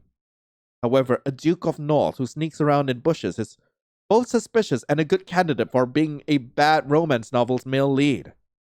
Which of them was the fiancé who betrayed Jane and sent her into exile? Unless, could one of these two men be the patron who helped Jane and me escape from prison to come here in the first place? Who is who? Is Prince Edmund a sparkly yet murderous fiancé or an equally sparkly yet helpful patron? Is Lord Isel a suspicious hedgeman? Well, yes, but is Lord Isel also a former fiancé? Could he be my patron? How can I tell? Are you hurt, Jane? Did the bushes ambush you?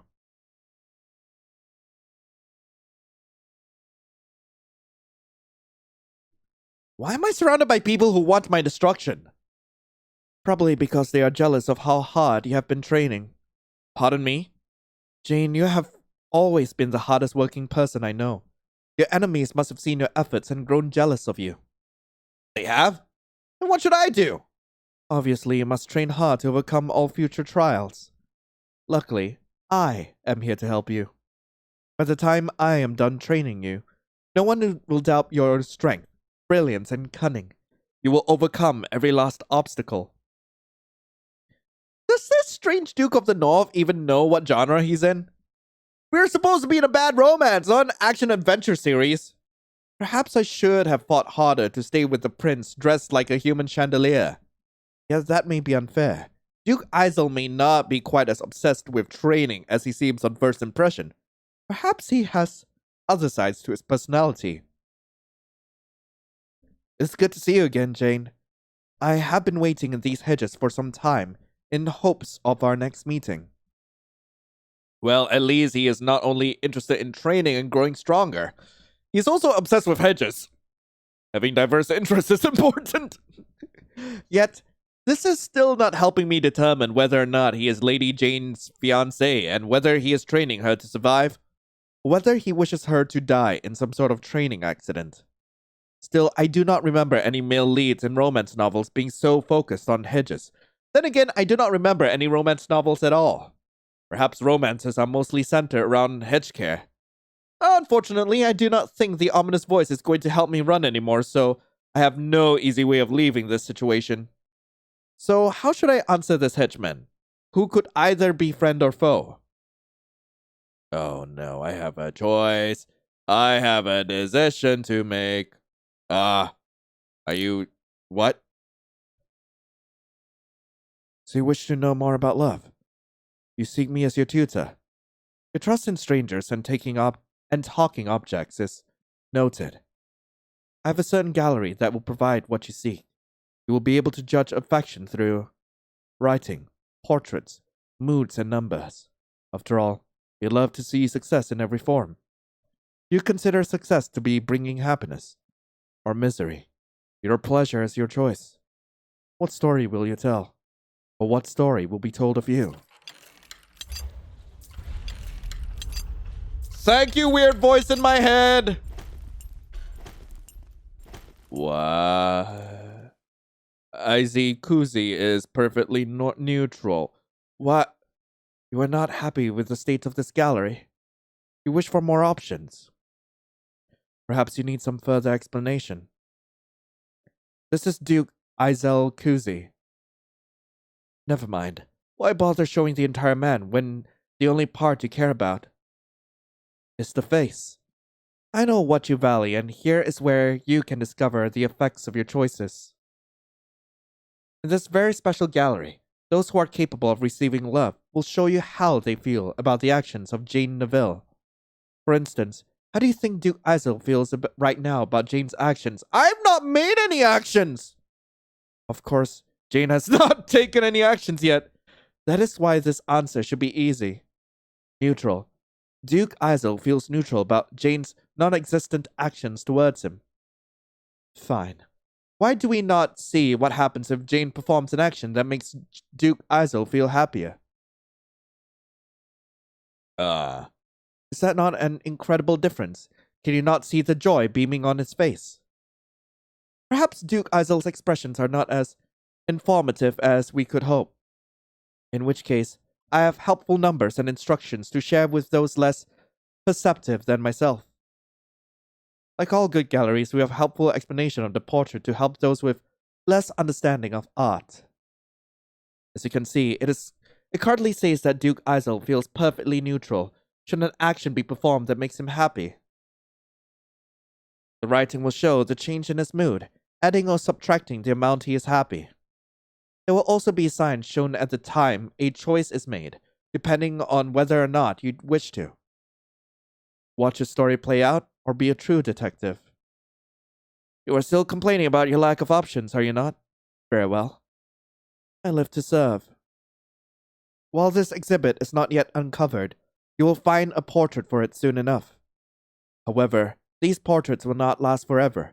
The choices made will determine who is capable of being loved, and who will have a curtain drawn over their future. Choose wisely and remember. Let me guess. Save the villainess, right? Right? Right. Right. No? Yes? Maybe? Hello? Man, the transition took a while. So how should I answer this henchman, who could either be friend or foe? How do you plan to train me? Jane, I am glad you are ready for training again after all that has happened. We will work to show your speed, strength, and cunning to all around you. No one will dare doubt your abilities. Unfortunately, Duke Isel appears to be saying that I'm surrounded by my enemies, and he is probably right. If that is the case, I really do need to train to get stronger. There are likely far too many people out to dismember me because of Lady Jane's villainous ways. I should thank Duke Isel for the excellent warning. Thank you, Duke Isel, for letting me know about this threat. I will try to become more difficult to dismember. Perhaps that will prevent future blades from reaching me. Oh, if you have already had some blades pierce through you, it is all the more important to practice dodging. Obviously, my problem is that I have not spent enough time dodging. Do you know where I can find a tutor? I am more than willing to help you practice your skills, Jane. After all, I am very good at dodging and piercing. Hey, yo! That is very good dodging. Whenever you are willing to see my piercing skills, I have my tool at the ready. But we should not yet talk about sheathing hot weapons within you or anyone else. There are far more important tasks before we start training together. I have a list. Well, I had a list. Did you lose it among the bushes when pricking soft women while training them? I do not prick women. I have never yet pricked a woman. After all, I am yet unmarried. Excuse me! And I have been very careful about doing my business in these bushes, so...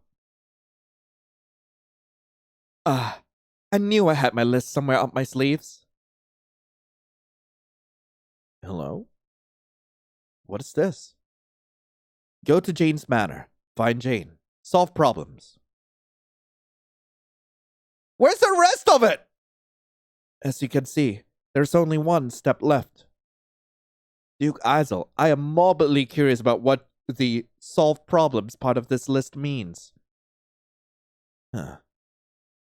Are you here to help me? Oh no! I picked wrong! Am I the problem you are solving? You are always so clever, Jane. I wrote an entire list about your brilliance. It is nice that Duke Isel thought enough of me to include me in all 3 steps on his list. However, I should probably subtly see if he is as sneaky as his excellent hiding skills suggest. What else might be concealed in those cleverly chosen words on his list? That list says problems, not problem. What else are you solving other than me? Jane, you are the cleverest person I know. How did you notice there were multiple problems? I am very good at reading. Of course you are. You have discovered my secret about the problems. The truth is... Yeah? I do not know what all the other problems are yet. But my list will reveal its secrets to me once I'm able to handle the truth.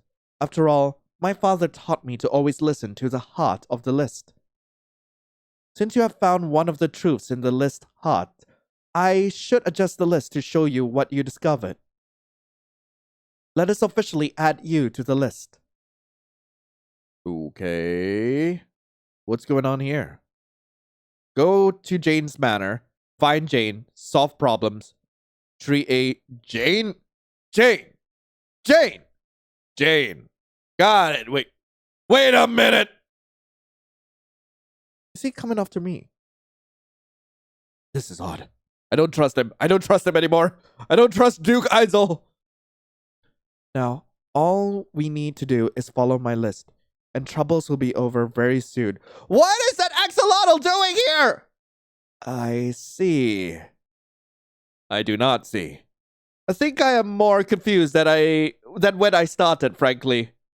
Obviously, what I need to do is find a subtle way to learn more about what he is intending.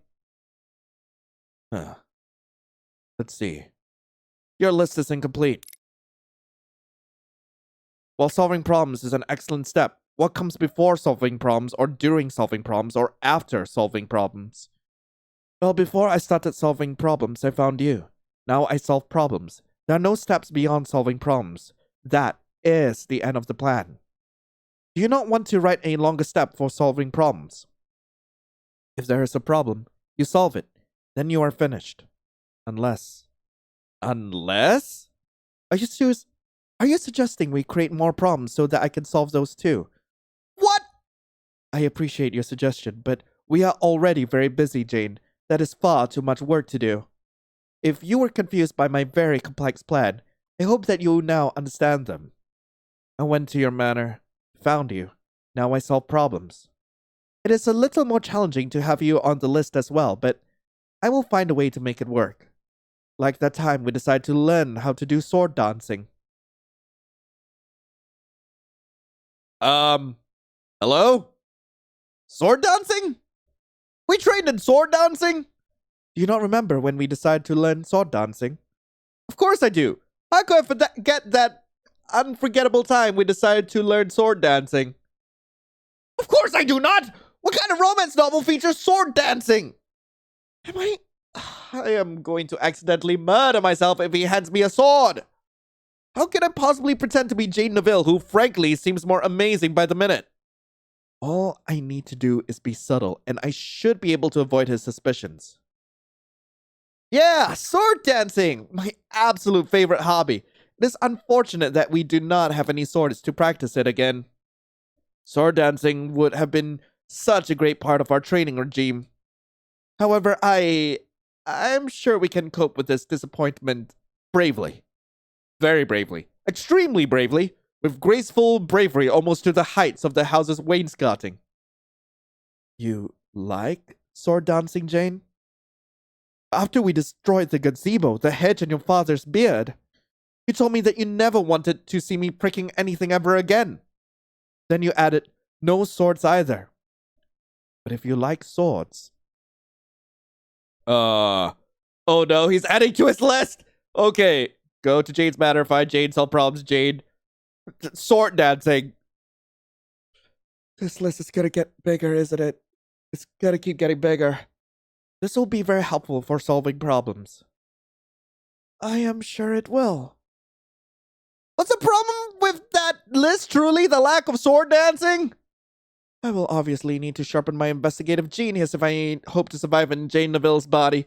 Who knew romance novels involve so much sword dancing? I suppose that sword training makes sense given how many enemies a villainess must have. Let us hope that Eisel's cunning plan is not to have me murdered myself. I am excited to see your sword handling skills again. In any case, moving away from my overwhelming passion for training with large, dangerous objects. Would you like to go into the house, Duke Eisel? It must have been a long ride here. Surely you need to rest and refresh yourself. Then, while he is resting and refreshing, I can go to the stable, steal his horse, and ride away to safety. If I am going to live up to Lady Jane's reputation as a villainess, this is the best way to do it. After all, I truly do not want to demonstrate my non-existent sword dancing skills. Even if Eisel does plan to train me, It would be hard to continue training sword skills that do not exist. Oh, I understand. When I want something, I think everyone else wants the same thing too. If you're hungry, Jane, I will go make sure that food is prepared for you. We always work up quite an appetite together. I will brave the hedge for you, Jane. I will make sure I can feed your appetite.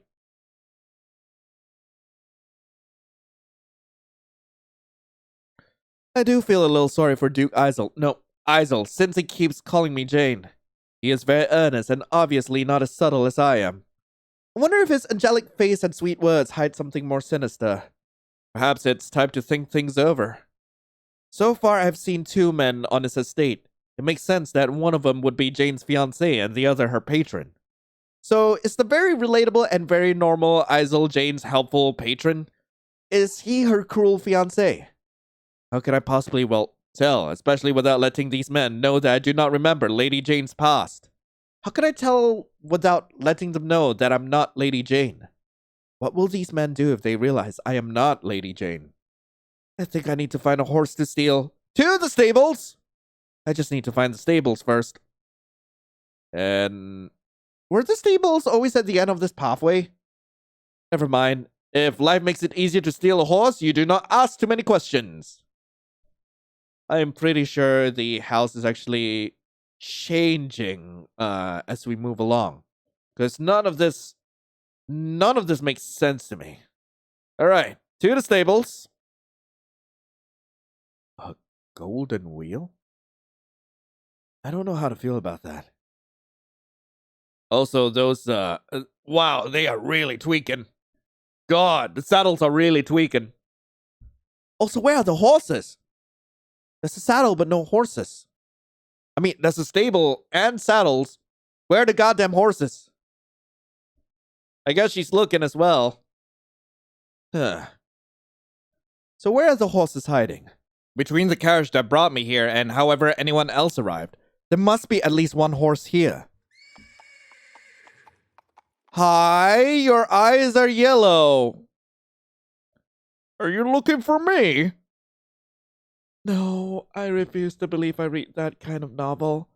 Why would I read novels about enchanted animals that need a kiss to turn back into attractive men? This is obviously a mistake of some kind. I am obviously so grateful to see you that my desire to mount you is overwhelming my common sense. Wait, not like that though. It's not like I want to mount the horse, although that would be a fun idea. So, Well, Jane, I can certainly take you for a ride if that is what you want. Surely I did not have such a bad taste in my past. I wouldn't know if I had such a strong desire for horse flesh. Who actually wishes to kiss a horse to get a worthy man? Or maybe kiss a man to get a worthy horse? I am not sure I qualify as a stallion, but I will take the compliment. Why on earth would I ride a stallion? I thought you were a gelding. Jane, maybe you should look just slightly further over. Oh, a man. And of course I look at his feetsies. Okay. Oh, and of course I'm zooming into his crotch. Of course. I don't know why that's the first thing I'm looking at. Nice pocket watch, by the way. But hi. Hello. How are you? Hi. I've missed you, Jane. Ben? Thank goodness. I was afraid you were going to call me Lord Buren for the rest of my life. It's good to hear you say my name again. Ben Buren, only son of Duke Buren, childhood friend and neighbor of Jane Neville. I am forced to realize that I truly do have an incredible memory for attractive men and nothing else. Did Ben's exposed collarbone hypnotize me so much that I immediately blurted out a name that could only be used by someone very close to him? Ben is not upset, but I need to be less conspicuous. Perhaps I can subtly change the subject. You look well enough and not like someone who's about to murder me. That is past, although I'm amazed that you can see me through all these petals. Why are there petals floating in a stable anyway? I have no idea. Maybe someone was storing potpourri in the rafters and the packets fell off when you came here. Those scented flower packets stink. Does that mean I'm going to spend the rest of my life smelling like the inside of a drawer? Think of it this way, Ben. What other foul-smelling objects could be floating through the air in a stable? Point taken. I will complain about the petals no further, even if they continue raining down on me. Have you tried asking nicely the house to stop? For instance, you could say, "Please stop making me smell like the insides of my mother's linen closet."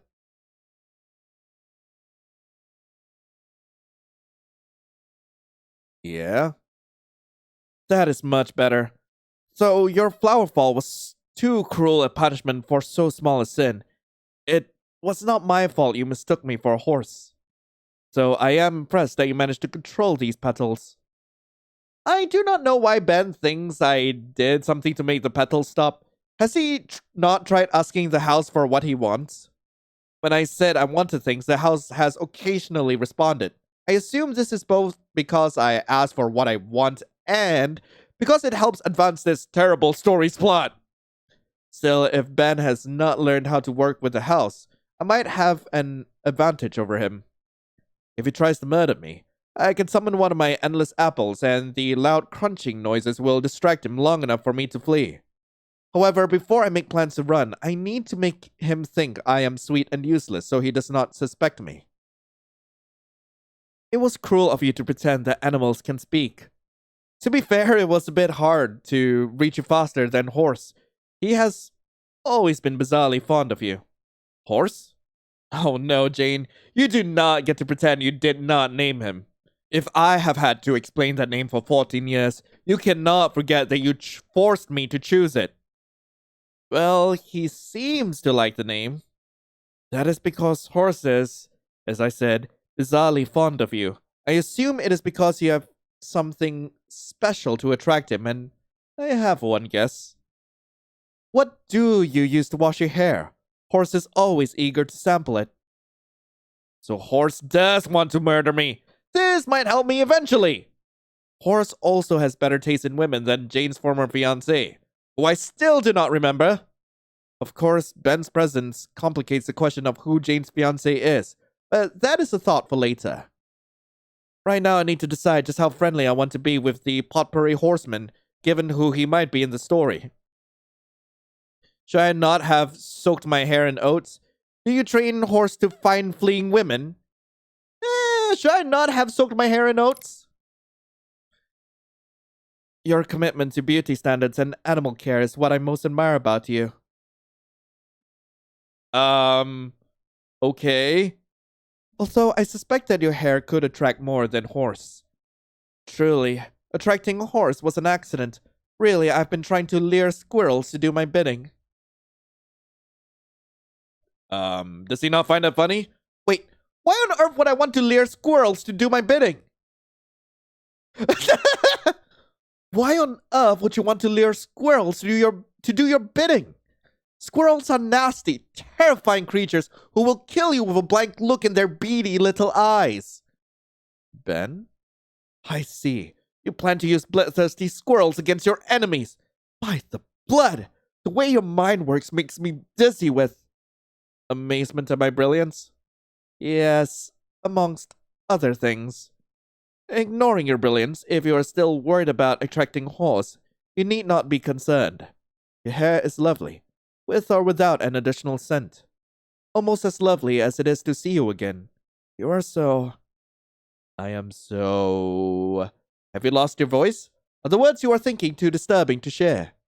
Of course not. It is just that Horse missed you. Would Horse be flattered to know that I missed him too? I will have to thank him personally. Where is Horse? Could have sworn he was right beside me. Oh, he is very clever. Horse managed to find himself an open stall with food where he can still stare longingly at you. I could have sworn that stall had bars in front of it. Surely Horse is not capable of removing bolted planks with his teeth. I need to pay more attention to my surroundings. I obviously am imagining things when I need to remember what I see. As it is, I need to be polite but distant with Ben until I remember more.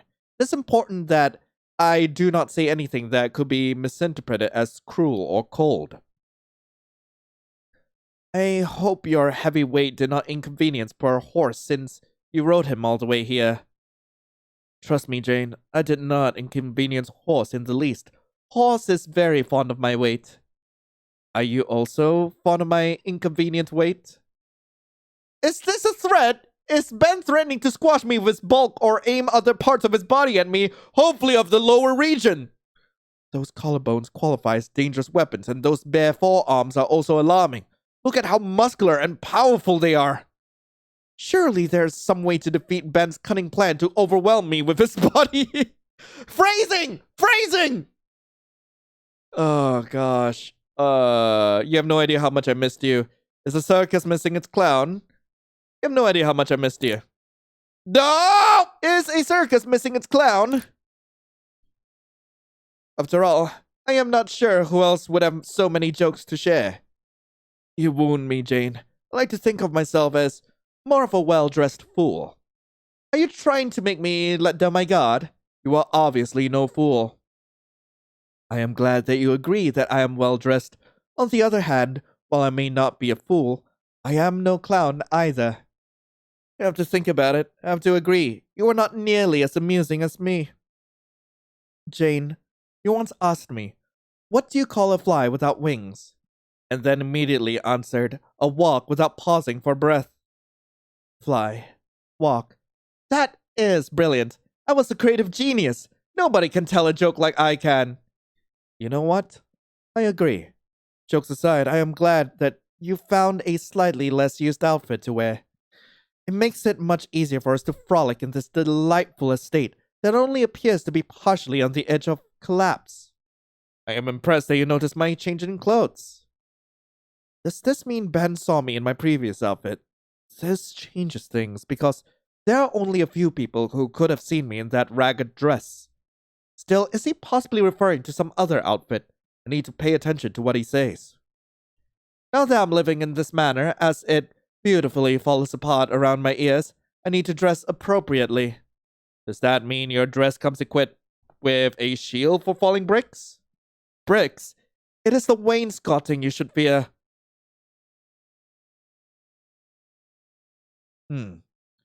Ben? You need to breathe as well as laugh. I remember Ben. Something in me knows him. I know that Jane grew up with him and spent countless hours in his company. I remember nearly nothing about Jane, but I remember Ben. So why am I so afraid to trust him? I need to see if I can get an actual, non-joking answer from him. Ben, you're not here to judge my fashion choices. So why are you here? Jane, you wound me. I always have time for your fashion choices. If Duke Buren will not let me wear a lace-covered gown, then who but you could model it for me? I can see why your father would object. If you continue to show as much skin as you do, the lace would have been attached to your flesh. So you can understand why I urgently needed to see you. I actually do not. Why are you here, Ben? Where else would I be?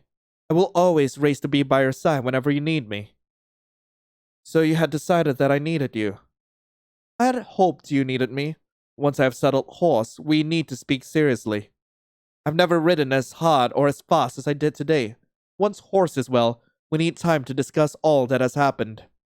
Preferably over a cup of tea. Assuming, of course, that the tea in the manor is not as decayed as literally everything else here. Well, I could eat the apple, so hopefully the tea will be fine. Maybe I can impress Ben with my courage or my knowledge of the house. No need for tea, I have apples. So you do not wish to drink tea with me? Wait, where are you getting apples from?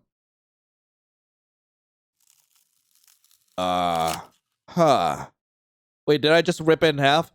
It is always valuable to keep an apple on you. After all, an apple a day keeps...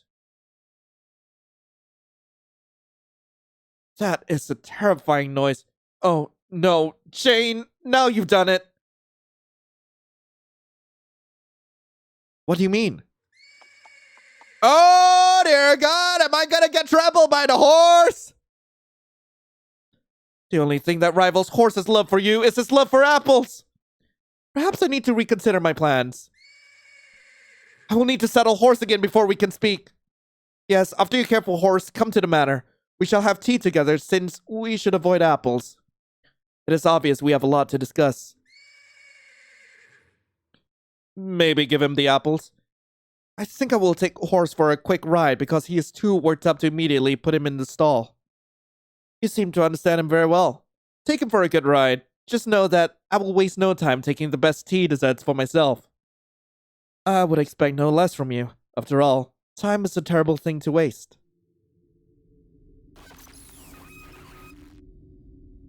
Where did I hear that before? I remember hearing this earlier in the visual novel. Why? Why? Why is that phrase? The only other person who said that... Ben, are you here too? I honestly think so. I think he might be coming after me? Oh no. Oh no. I need to go wash my hair. Now. I told you that scent is not... See you for tea. Maybe don't invite him for tea. Okay. We're going through the hedges. Okay. Where is Duke Isel? And the Prince in Yellow? Now I need to think. Also, we never got a chance to see the hidden room. By the blood, what happened during those final moments with Ben? We were having a perfectly pleasant, hospital-soaked conversation when all of a sudden... I don't trust that! My head began to ache and I heard Ben's voice say, "Time is a terrible thing to waste," in an oddly distorted voice. Who's approaching me? That was not even the worst of it. Immediately after Ben spoke, I heard my voice say, "Ben, are you here too?" Only that was not my voice, was it? It was the voice of the actual Jane Neville, the villainess who should be trying to survive this terrible story. Unfortunately, the villainess could not just tell me what Ben had planned. Lady Jane said, "Ben, are you here too?" But what was Ben here to do? Help me? Murder me? Serenade me with a song about horses' eating habits?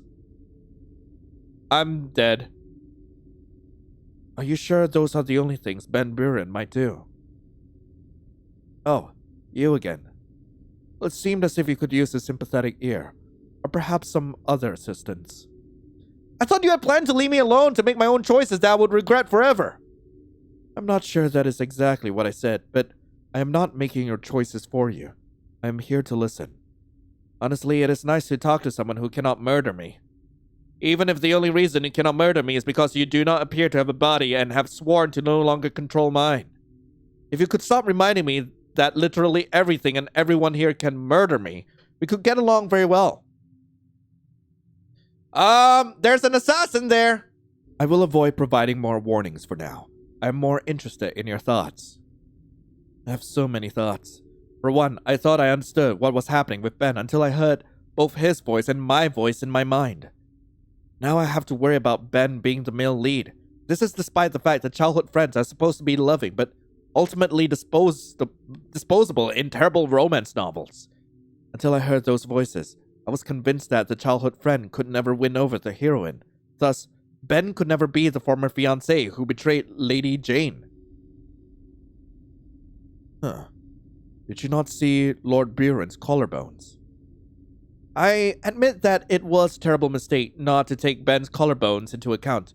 However, I was too hypnotized by them to realize the danger. So you realize Ben Buren is a potential danger to you?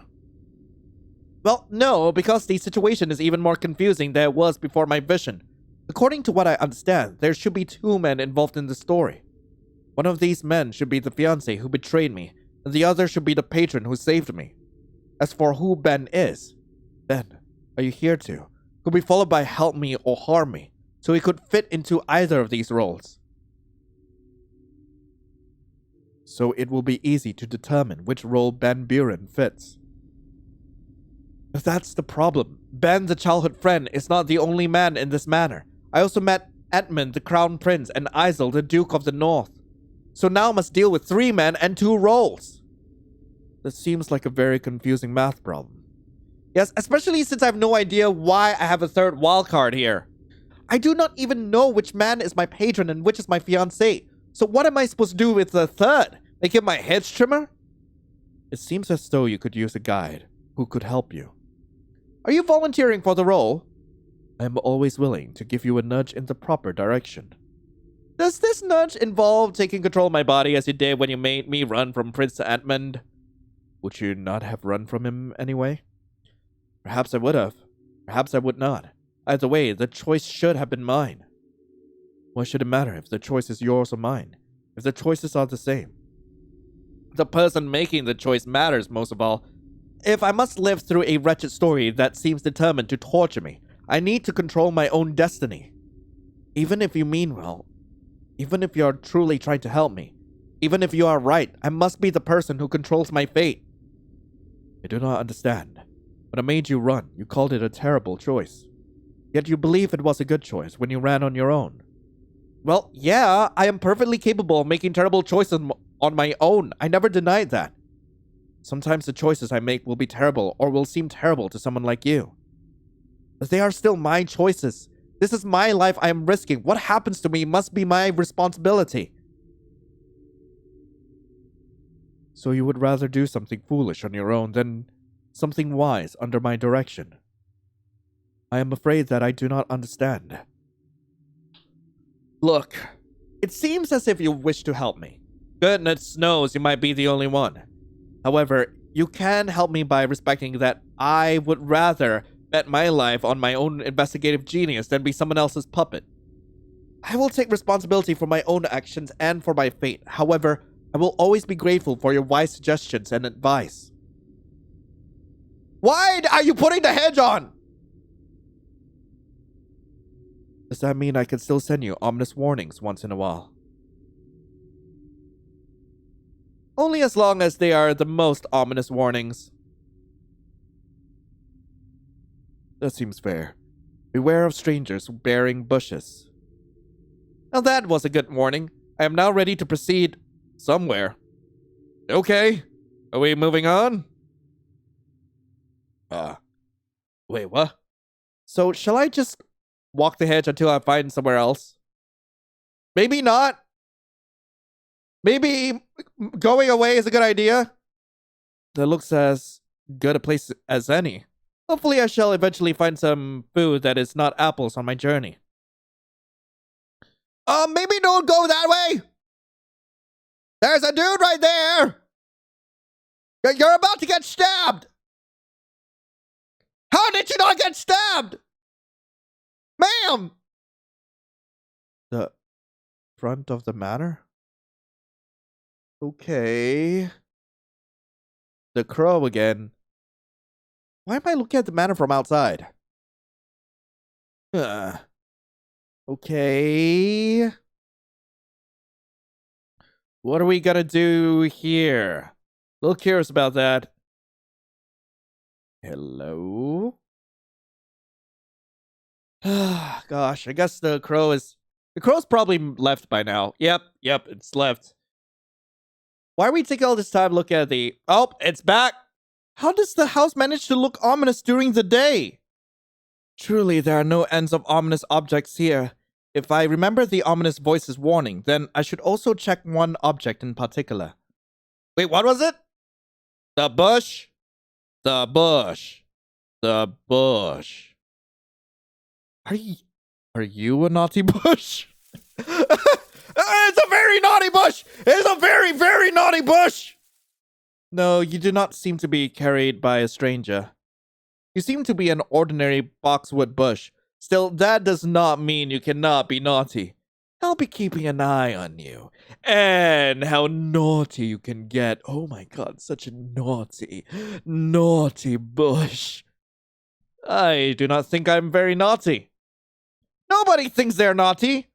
Well, technically, I have heard small children say they have been naughty before they start shrieking and spill strange liquids on me. I am very confused. Well, is that not how the bush got stumped? It could not get to the root of the problem? Why? I was wondering how such an overgrown bush could be the lead of a romance, but you could charm anyone with your amazing sense of humor. I do not think I am that unshaven. Hey, yo, am I actually talking to the... Yes! The prince and yet... Why am I looking at the bush? Let me look at his bush! Let me see his bush! Come on! Come on! Stop hiding him from me! Give him to me! Come on. Yes! Yes, it's my boy!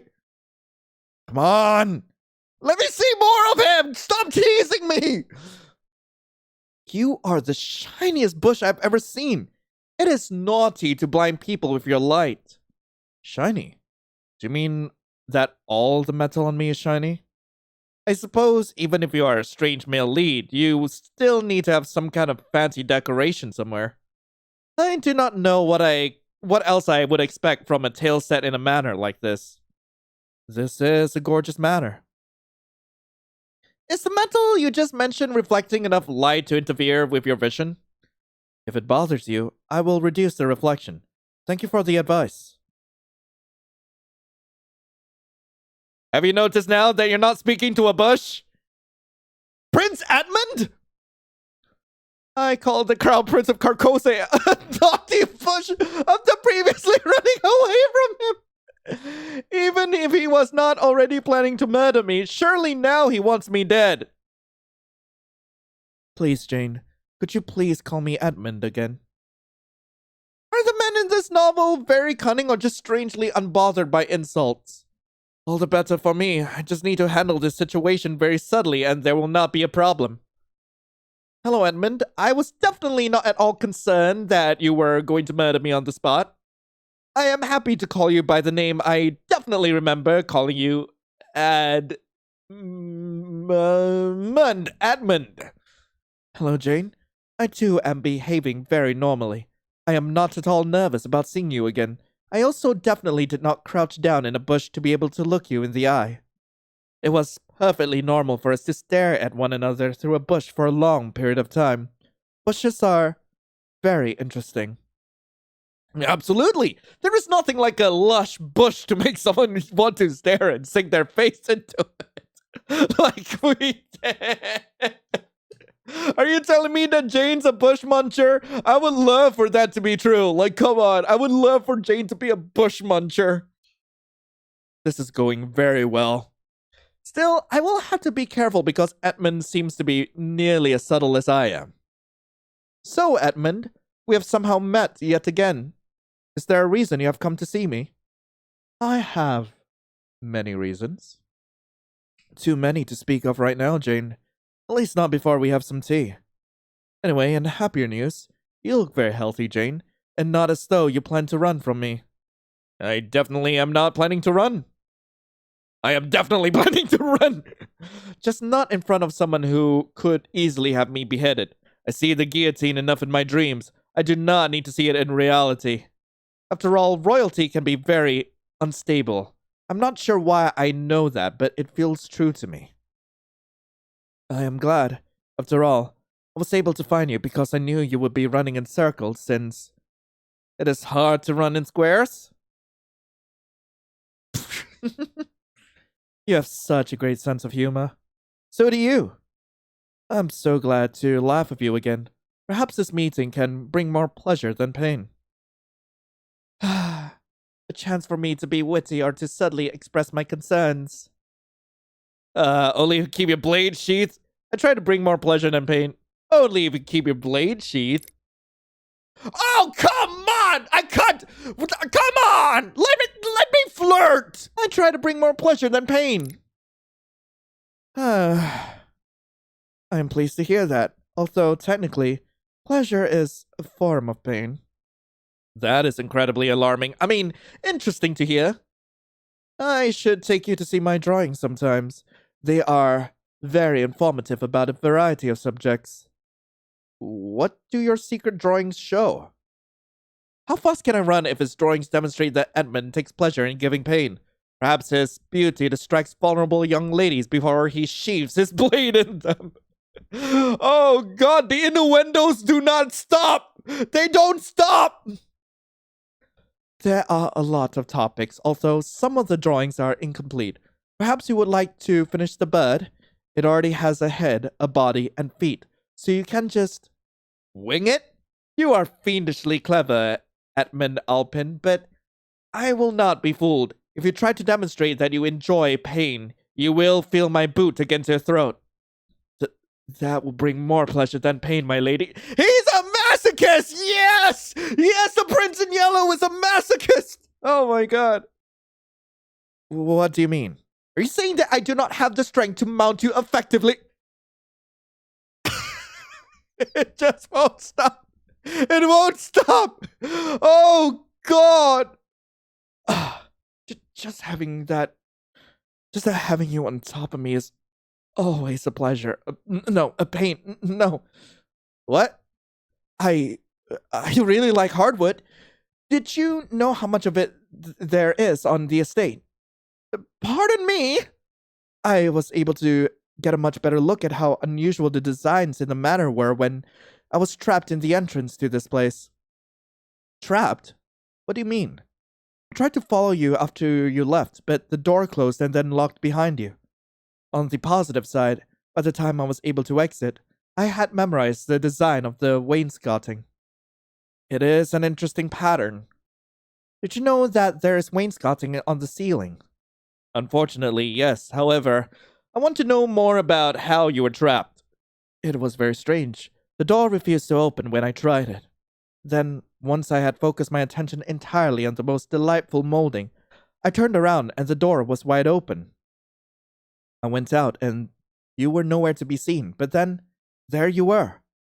Did you run because you were attacked by the cap molding? It did look very suspicious, even if it is beautiful.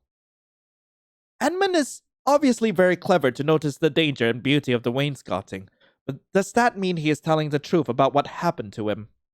Did the house truly prevent him from coming after me when the choice to run was made for me? Does that mean the house will no longer help me if I will not accept the voice's help? I cannot go any longer without knowing this. I already used the apple. I had saved in my dress, so... Apple! Where? Jane? I need an apple! I could see if there are some in the pantry in the manor. No need, the house still loves me! Oh god, I love the house! I am very interested in hearing more about your thoughts on this house and how you managed to conceal an apple in that dress. Don't worry about it! There are many places to hide it under my dress. I mean, you would know. My thoughts on the house? Yes, this manor does not seem to be using the design I had suggested, so I was wondering if you knew of any good areas to visit. I have always enjoyed our debates about architecture. Well, that was because you enjoyed seeing me get so excited that I jumped higher than a house. Because a house cannot jump. My god, I love Prince Edmund. I don't care if he's going to be my downfall. I don't care if he's out to kill me, okay? For starters, he's kind of based on the King in Yellow, so like, that gets a point for me. He is like always setting up all these jokes, and he's a goddamn masochist, and not afraid to show it. I mean, hell yeah, give him to me. I am going to enjoy spending time with you, Jane. Edmund plans to spend time with me here. Why? I need to find more information. Well, are you here to solve mysteries? Are you here to stop my evil? Are you here to stop my evil? God damn it! Are you here to solve mysteries? After all, what could be more mysterious than who is trying to kill Lady Jane Neville? Though how the house has an endless supply of apples is also very suspicious. Perhaps Edmund is here to solve mysteries about myself or the house. Oh, I understand. Edmund has already proven that he is cunning and clever. Perhaps he is also an investigative genius. Perhaps Edmund is even the patron who saved me because he needed another investigative genius to help solve these mysteries. Be honest, Edmund. Are you here to solve mysteries or to investigate the dangers of wainscoting? Jane, you are as brilliant as ever. How did you know that I was here to solve mysteries and destroy problems? Nobody understands subtlety like I do. I'm concerned about your focus on problems, though. You do not have a list, do you? A list? I usually just solve problems in my head. Then you are an investigative genius, too. I am so flattered to hear you compare me to yourself. I've always dreamed of being as perceptive as you. It is as pleasing as seeing that I have improved my jokes enough to satisfy your sophisticated sense of humor. Of course I appreciate your jokes. After all, no one could be more talented than either of us in either investigation or comedy. Still, as brilliant as we both are, we will need to make maps and sketch out suspects. What would happen if we could not tell a suspicious piece of wainscoting from a suspicious dresser? I only hope that you are as good of an artist as you are an investigative genius. Do not worry, Jane. I will be able to draw conclusions. I am glad that I'll be working with you. However, I do want to know something, Edmund. I will be happy to sketch you whenever you choose. That would be... No, I will not be distracted. Why exactly are you here? I'm here to make sure you get into no further trouble. The only way I will not get into further trouble is if I'm dead. Does this mean he plans to kill me? Or at least that you only get into trouble with me? Trouble with you? Are you planning to cause my problems to mount? No, I intend to cause perfectly innocent trouble. Trouble that does not involve mounting in any way. My mind is always making perfectly innocent plans, but my plan involves mounting. Can I not mount you, Prince Edmund? What sort of plans are you speaking of? Our plans, after all. We always love discussing our plans for the country together. Did you know that the wainscoting in the parlor of our kingdom's palace was first designed in... Edmund and I had plans for the country? What was our relationship to one another? The only people who plan together are people who are intimately involved. Was I his investigative genius? Did I serve as an aide to the crown? Was he my fiancé? Jane, are you all right? You seem lost in thought. Pardon me. Forgive me, but have you forgotten our past plans? Did your time in prison harm your memory? Edmund knows that I was in prison. This is an alarming thought for later, but I have an even more alarming immediate concern. I cannot let anyone know that I do not remember this terrible story, or even more importantly, that I am not actually Lady Jane Neville. Edmund must never realize that I am not the Lady Jane that he once knew. He and the other men might end up pricking me with their swords if they learn that I am not the woman they want me to be. How can I subtly distract Edmund from his suspicions? You are my best plan. Our plans make me dizzy with joy. They do? I'm lightheaded at the very thought of our many, no doubt amazing plans that I definitely remember and do not fear at all. So you would be happy to draft that 37-page report on the condition of linen in the poorest communities in Carcosa? Of course! I love reports! And linen! I love neither reports nor linen. Jane Neville was brave beyond my understanding if she was willing to wear coarse linen and write about the experience. And then, once we are crept out of the dark alley and avoided potential death, we can... What? Once the squirrels get involved, they will be unable to resist supporting our demands, since we can no longer count on the... What? And you swing down into the royal audience chamber with the children singing behind you. I know you can avoid the Shadow Guard and their deadly poisons because we practiced. Edmund. Yes? Edmund, I think it's best that I keep track of which plan that we should be following. I am dizzy with delight at the thought of revising them. Will this make Edmund angry? Will he pull out his well-polished blade to prick me now? Well, if it angers Edmund, I cannot allow a plan that involves both singing children and squirrels. I am so glad, Jane. I'm so glad and so grateful. I have missed I will follow any plan you want, Jane. Any plans at all. Are you sure about that, Edmund? After all, if you do not understand one of my plans, we might not be able to use it. I might need to explain it. Oh my god, that was lame! That was so lame, Jane Neville! Plans are X-plans. I am happy to follow your lead, Jane. Yes, you should. Are you sure we cannot use the squaw? No. I cannot tell if Edmund's insistence on rodents is because he has a cunning plan to test whether or not I am Jane Neville, or because he needed someone like me to make plans for him. Either way, I must come up with a way to stop Edmund from suspecting me. Unfortunately, he is the most subtle man I've met so far. Well, I enjoyed speaking with you. I'm exhausted from all that has happened to me. It has been so challenging to fight off both the wainscoting and my very real memories of being in prison that I cannot think of anything but my pain. The terrible, terrible pain in my heart when I realize that I will never again be able to dance the beautiful sword dance of my heart without thinking of all that has passed. You can sword dance? You can sword dance well? Was it only Isel who was interested in sword dancing? Edmund actually has a blade he is constantly polishing, so I assumed that he would enjoy sword dancing as well. If I am wrong, I must stop Edmund's doubts immediately. Not anymore. Not after my deep, deep sorrow. You see, I feel the deepest sorrow at the thought of being pricked. No pricking. I would not even dream of pricking anything, let alone you. Constantly. I mean, phrasing, Edmund, like he wants to prick me with his sword, with his very polished sword, constantly. Oh my god, Edmund, please. That is very good to hear. Still, Jane, you hate dancing, so why would you mention sword?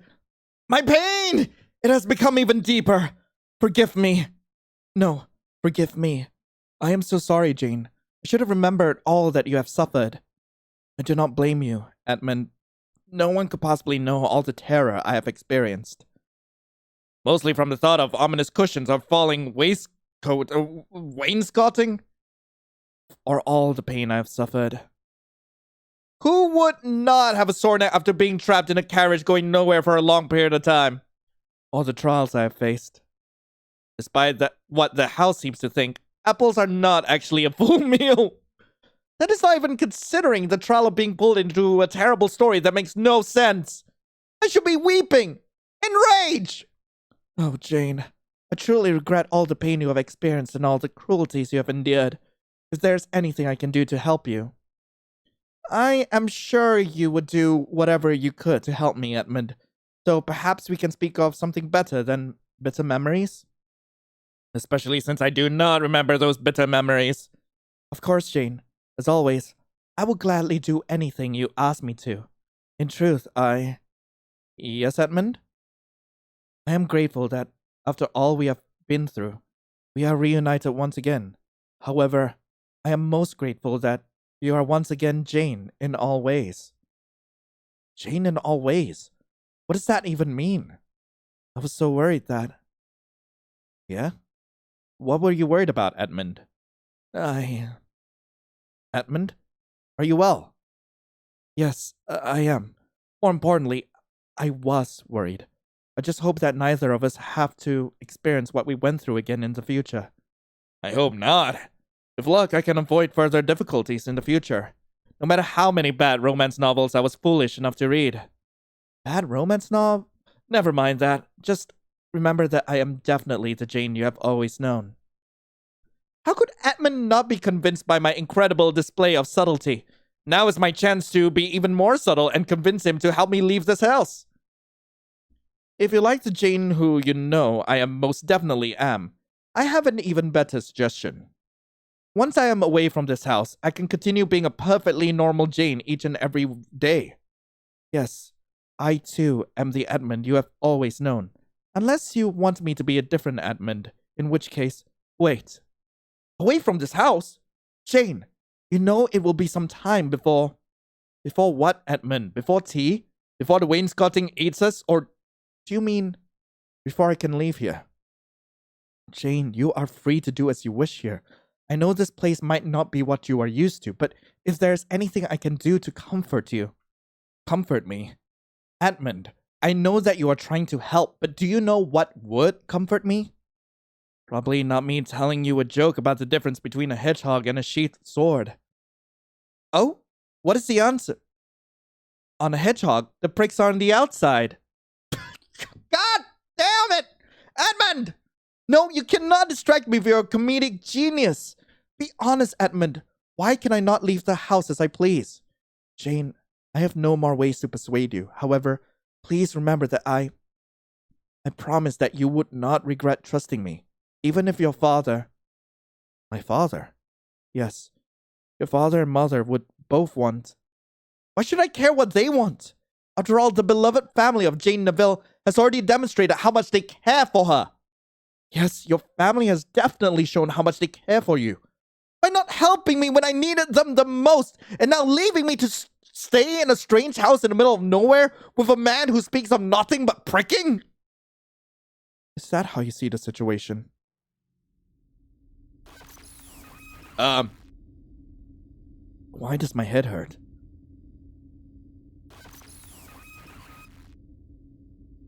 Why does my heart hurt? Oh, Edmund, why did the clock fail to become a chef? Because he ran out of time. I do not know how much time I have to prove myself to you, Jane, but I promise I will do everything I can to be worthy of your trust. Trust. I trust that you can make me smile. I will do everything I can to bring joy in all ways, my lady. I do not care what it cost me. Why did I say that? Why did he say that? What is going on here? I need Edmund to leave so I can think. Shall we head back into the house? I am truly exhausted and want nothing more than a cup of tea. I will be happy to arrange that. Surely there must be an unmolded tea bag somewhere in this place. Perhaps it is hiding in the baseboards. Or he could just ask servant. However, if Edmund wishes to find the tea bag himself, as part of a cunning plan to determine what I have been doing, that gives me more time to recover. Then, I shall wish you luck in your adventure, Edmund. Make sure to prepare a delicious tea for us. If you can, bring a dozen little cakes as well. I may even forget what pain is. I will do my best. The manor's wainscoting will hide nothing from me. Unfortunately, if Edmund looks there, all he shall find are apples. Still, so long as Edmund leaves, I can even sacrifice some delicious tea cakes, which is most important in getting him out of my way.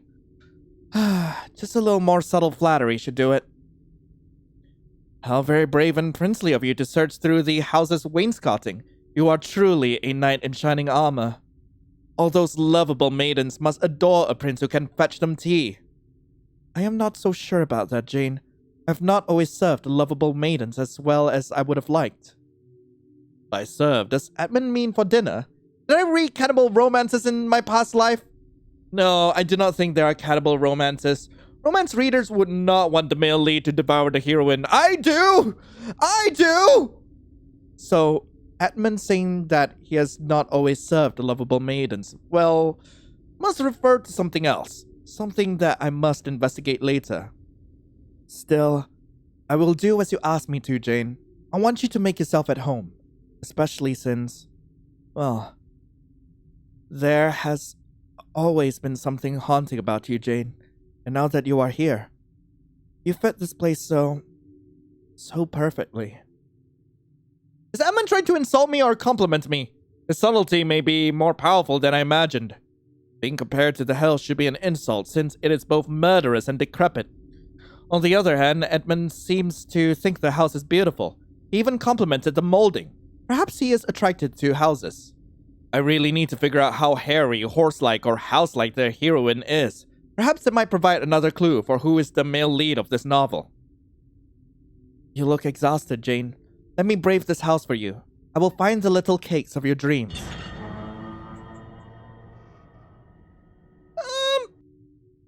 Little cakes, here I come. Bye, Edmund! Really weird how you just slide that way. Did the doors just shut on me? So am I not supposed to follow after him? I thought you wished for a moment to think. Oh, is it time for one of our chats again? Did you not wish to speak with me? I thought you welcomed our conversations. It is pleasant to speak with you when you are not reminding me of my imminent doom. However, we did not speak all that long ago. Did you mean that you are here with an ominous warning? You are very good at ominous warnings. No. Is it a cryptic message? I am already so confused that a cryptic message would not upset me further, so provide the message. Fine. I might have been curious about your thoughts. My thoughts? Are you curious about whether I've found even more murderous objects or had any more ominous revelations? I do think I should be wary of the naughty bush. Who do you find the most attractive? What? Who do you find the most attractive? What? Why is the world going dark? Edmund! Ah, so much like any romance novel heroine. You wish to choose the man who can literally give you the world. No, I want the man who would like whimper under my feet or will make me whimper, okay? It's one or the other. Like extreme emotions all the way. That's the sort of person I am. That's unfair. I did not choose Edmund because he is the highest ranking person around here. My reasons for finding him attractive are far more noble. Is that so? Then enlighten me. What is so attractive about the Crown Prince? He has the shiniest hair of all the people I've yet met. Even more importantly, his puns are amazing. Boys, you alright? I thought that you were unflappable. Well, I'm certainly flapping now. I am not sure why you would be bothered by my choice. Edmund is shinier than a gold coin and wittier than a court jester. How could I not find that combination alluring? My lady, are you sure you have not been staring into the prince's reflected light for a little too long?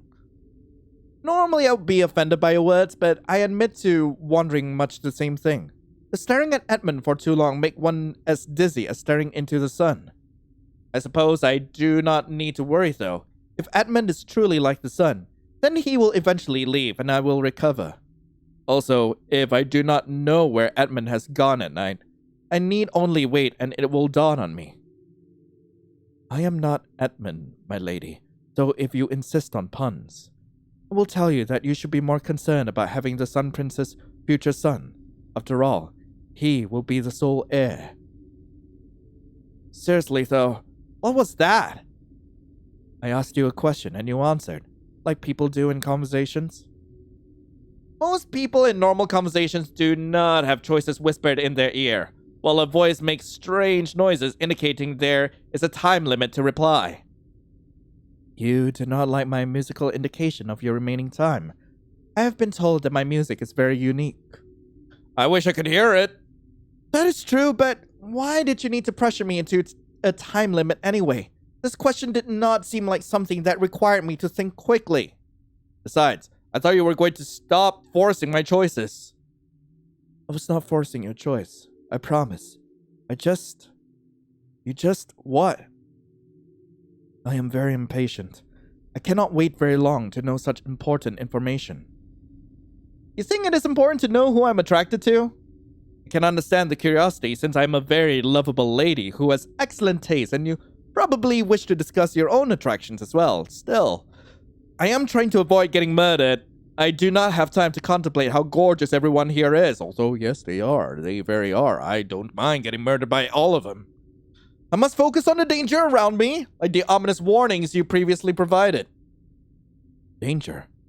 Like the danger hiding inside those men's trousers? What are you talking about? Oh, you mean the security measure that was talking about? You mean the security measure that I was taking when I was searching for ominous cushions?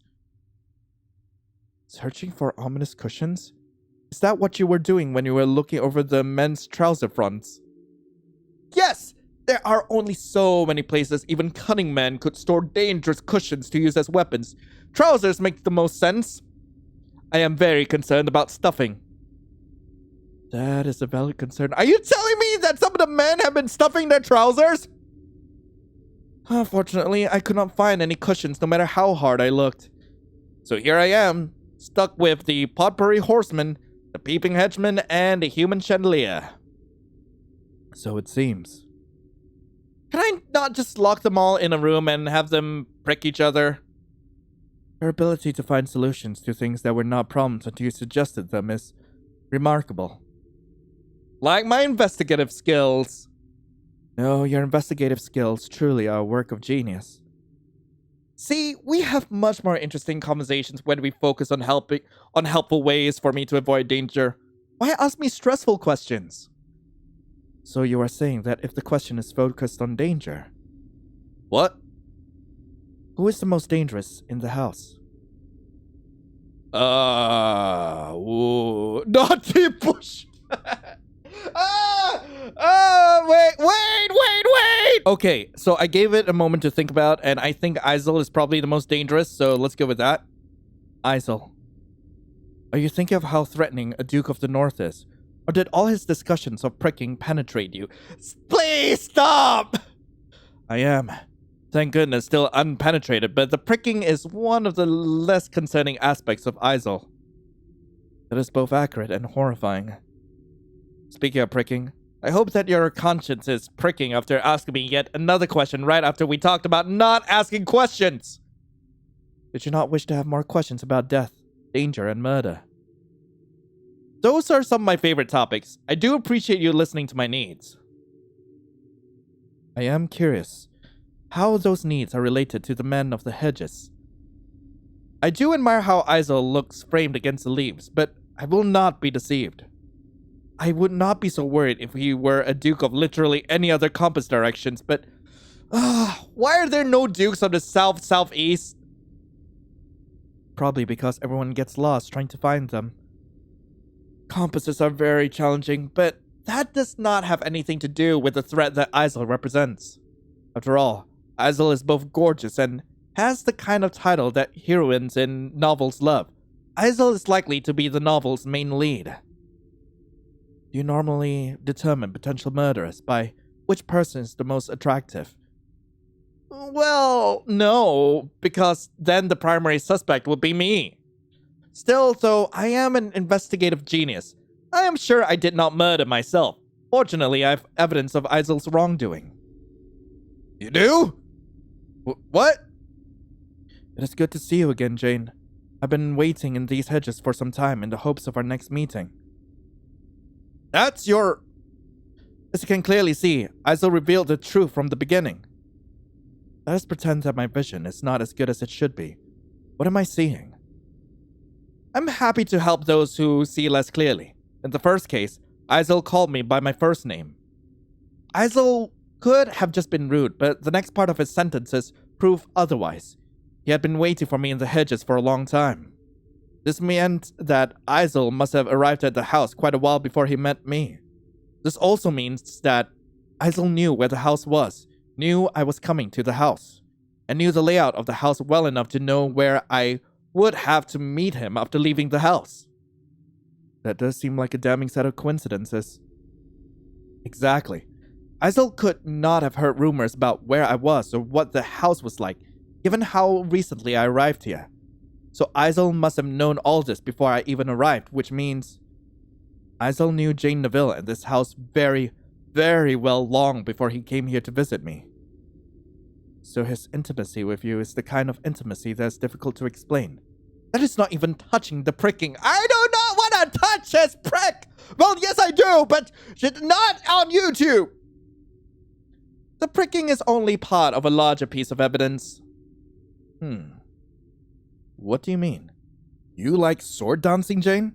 But after we destroyed the gazebo, the hedge, and your father's beard, you told me that you never wanted to see me pricking anything ever again. Interesting. So sword dancing indicates his skill with holding a shaft, and thus why he would appeal to the heroine. Who cares about shafts? isekai'd not only knew my family, but somehow survived destroying my family's estate. All while pricking me under the disguise of dancing. In all fairness, dancing often serves as a prelude to pricking. Stop! I will take your word for it. The most important thing is that Isel is a man who clearly knows my family and has a habit of destroying things that get in his way. He does appear to act decisively once he has made up his mind. His beauty is as terrible as his focus on pricking everything in sight. More importantly, it would only take one added word to his list to change how he could best solve his biggest problem. Me. Truly, how can you outrun a man with a list in one hand and it's shoved in the other? Please! Enough! I am so done with these! Thank you, ominous voice, for helping me collect my thoughts. I admit that while I was skeptical about your question, it did help me focus my investigative genius. That achievement justifies everything that I just experienced. Still, while I am thankful for your support, I somehow feel worse than ever. After all, even if I know who the most suspicious and probably murderous being in this matter is, I have no concrete evidence against them and no way of defending myself should they attack me. What could I even do? Ask the house for a supply of apples to use as ammunition? If you continue to respect the wainscoting, that might be a viable strategy. But what if I do accidentally insult the wainscoting? What if I express the wrong kind of interest in hardwood? What happens to me if the house abandons me? My lady, life and death are two leaves of the same vine. To grow the leaf you want, you must first seed the vine. I appreciate your attempts at consolation or even worse, advice. But even more than that, I would appreciate a murder weapon. One that I could use to fend off an attempt on my life. I see. Does that mean that you are willing to kill any of the inhabitants in this house, should they try to harm you? If I am being truly honest, no. Yet that terrifies me because I do not believe that my enemy would hesitate to kill me. Worse still, my enemy has to be one of these people who are pretending to care for me. It is cruel to be trapped in a narrative beyond your control. Thank you for your understanding. There's something horrifying about being trapped within a character that its story is determined to destroy. I do not understand why someone would enjoy creating a character doomed to be destroyed, no matter what the character did. It's fun! Also, it tells a really compelling story. I love tragedies personally, because, feeling the absolute pain of a tragedy is just so good. I don't know why I love it, okay? I have no idea why.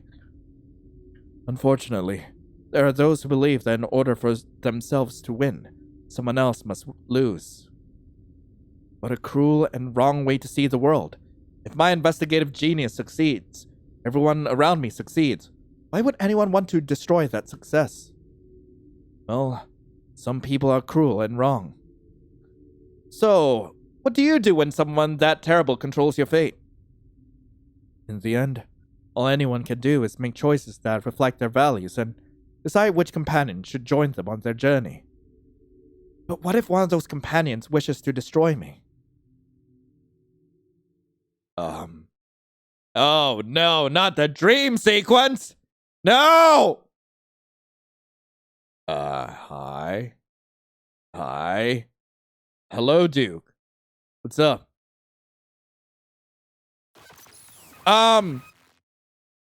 Yes? And I'll make yourself very clear, my dude. Will you take responsibility? Yeah, sure. Why not? Will you? Let me guess. Save the Villainess! I knew it! I freaking knew it! Oh my god! Freaking A! Okay. I get... Where did you come from? Why do you have so many feet? Hello? What is it? What do you want? What do you want, you freak of nature? Anyway, that was the Save the Villainous demo. I really hope you guys enjoyed it. If you guys do want to play this game for yourselves, link to the game will be in the description below. This game was recently fully funded on Kickstarter. They are now going after some of their stretch goals. And yeah, I'm kind of excited to try out the full game in the future. I am hoping, however, that I will be able to play with music once the full game has dropped, because like it is so awkward at times that I'm pretty sure like they are using some of the music to basically like set up the mood and like set up the atmosphere for some of these scenes. But I enjoyed the sound design so far. But in the meantime, thank you all so much for watching. Hope you all have a lovely rest of the day, and as always, I'll be seeing you in the next video. This is Lion signing off. Ciao.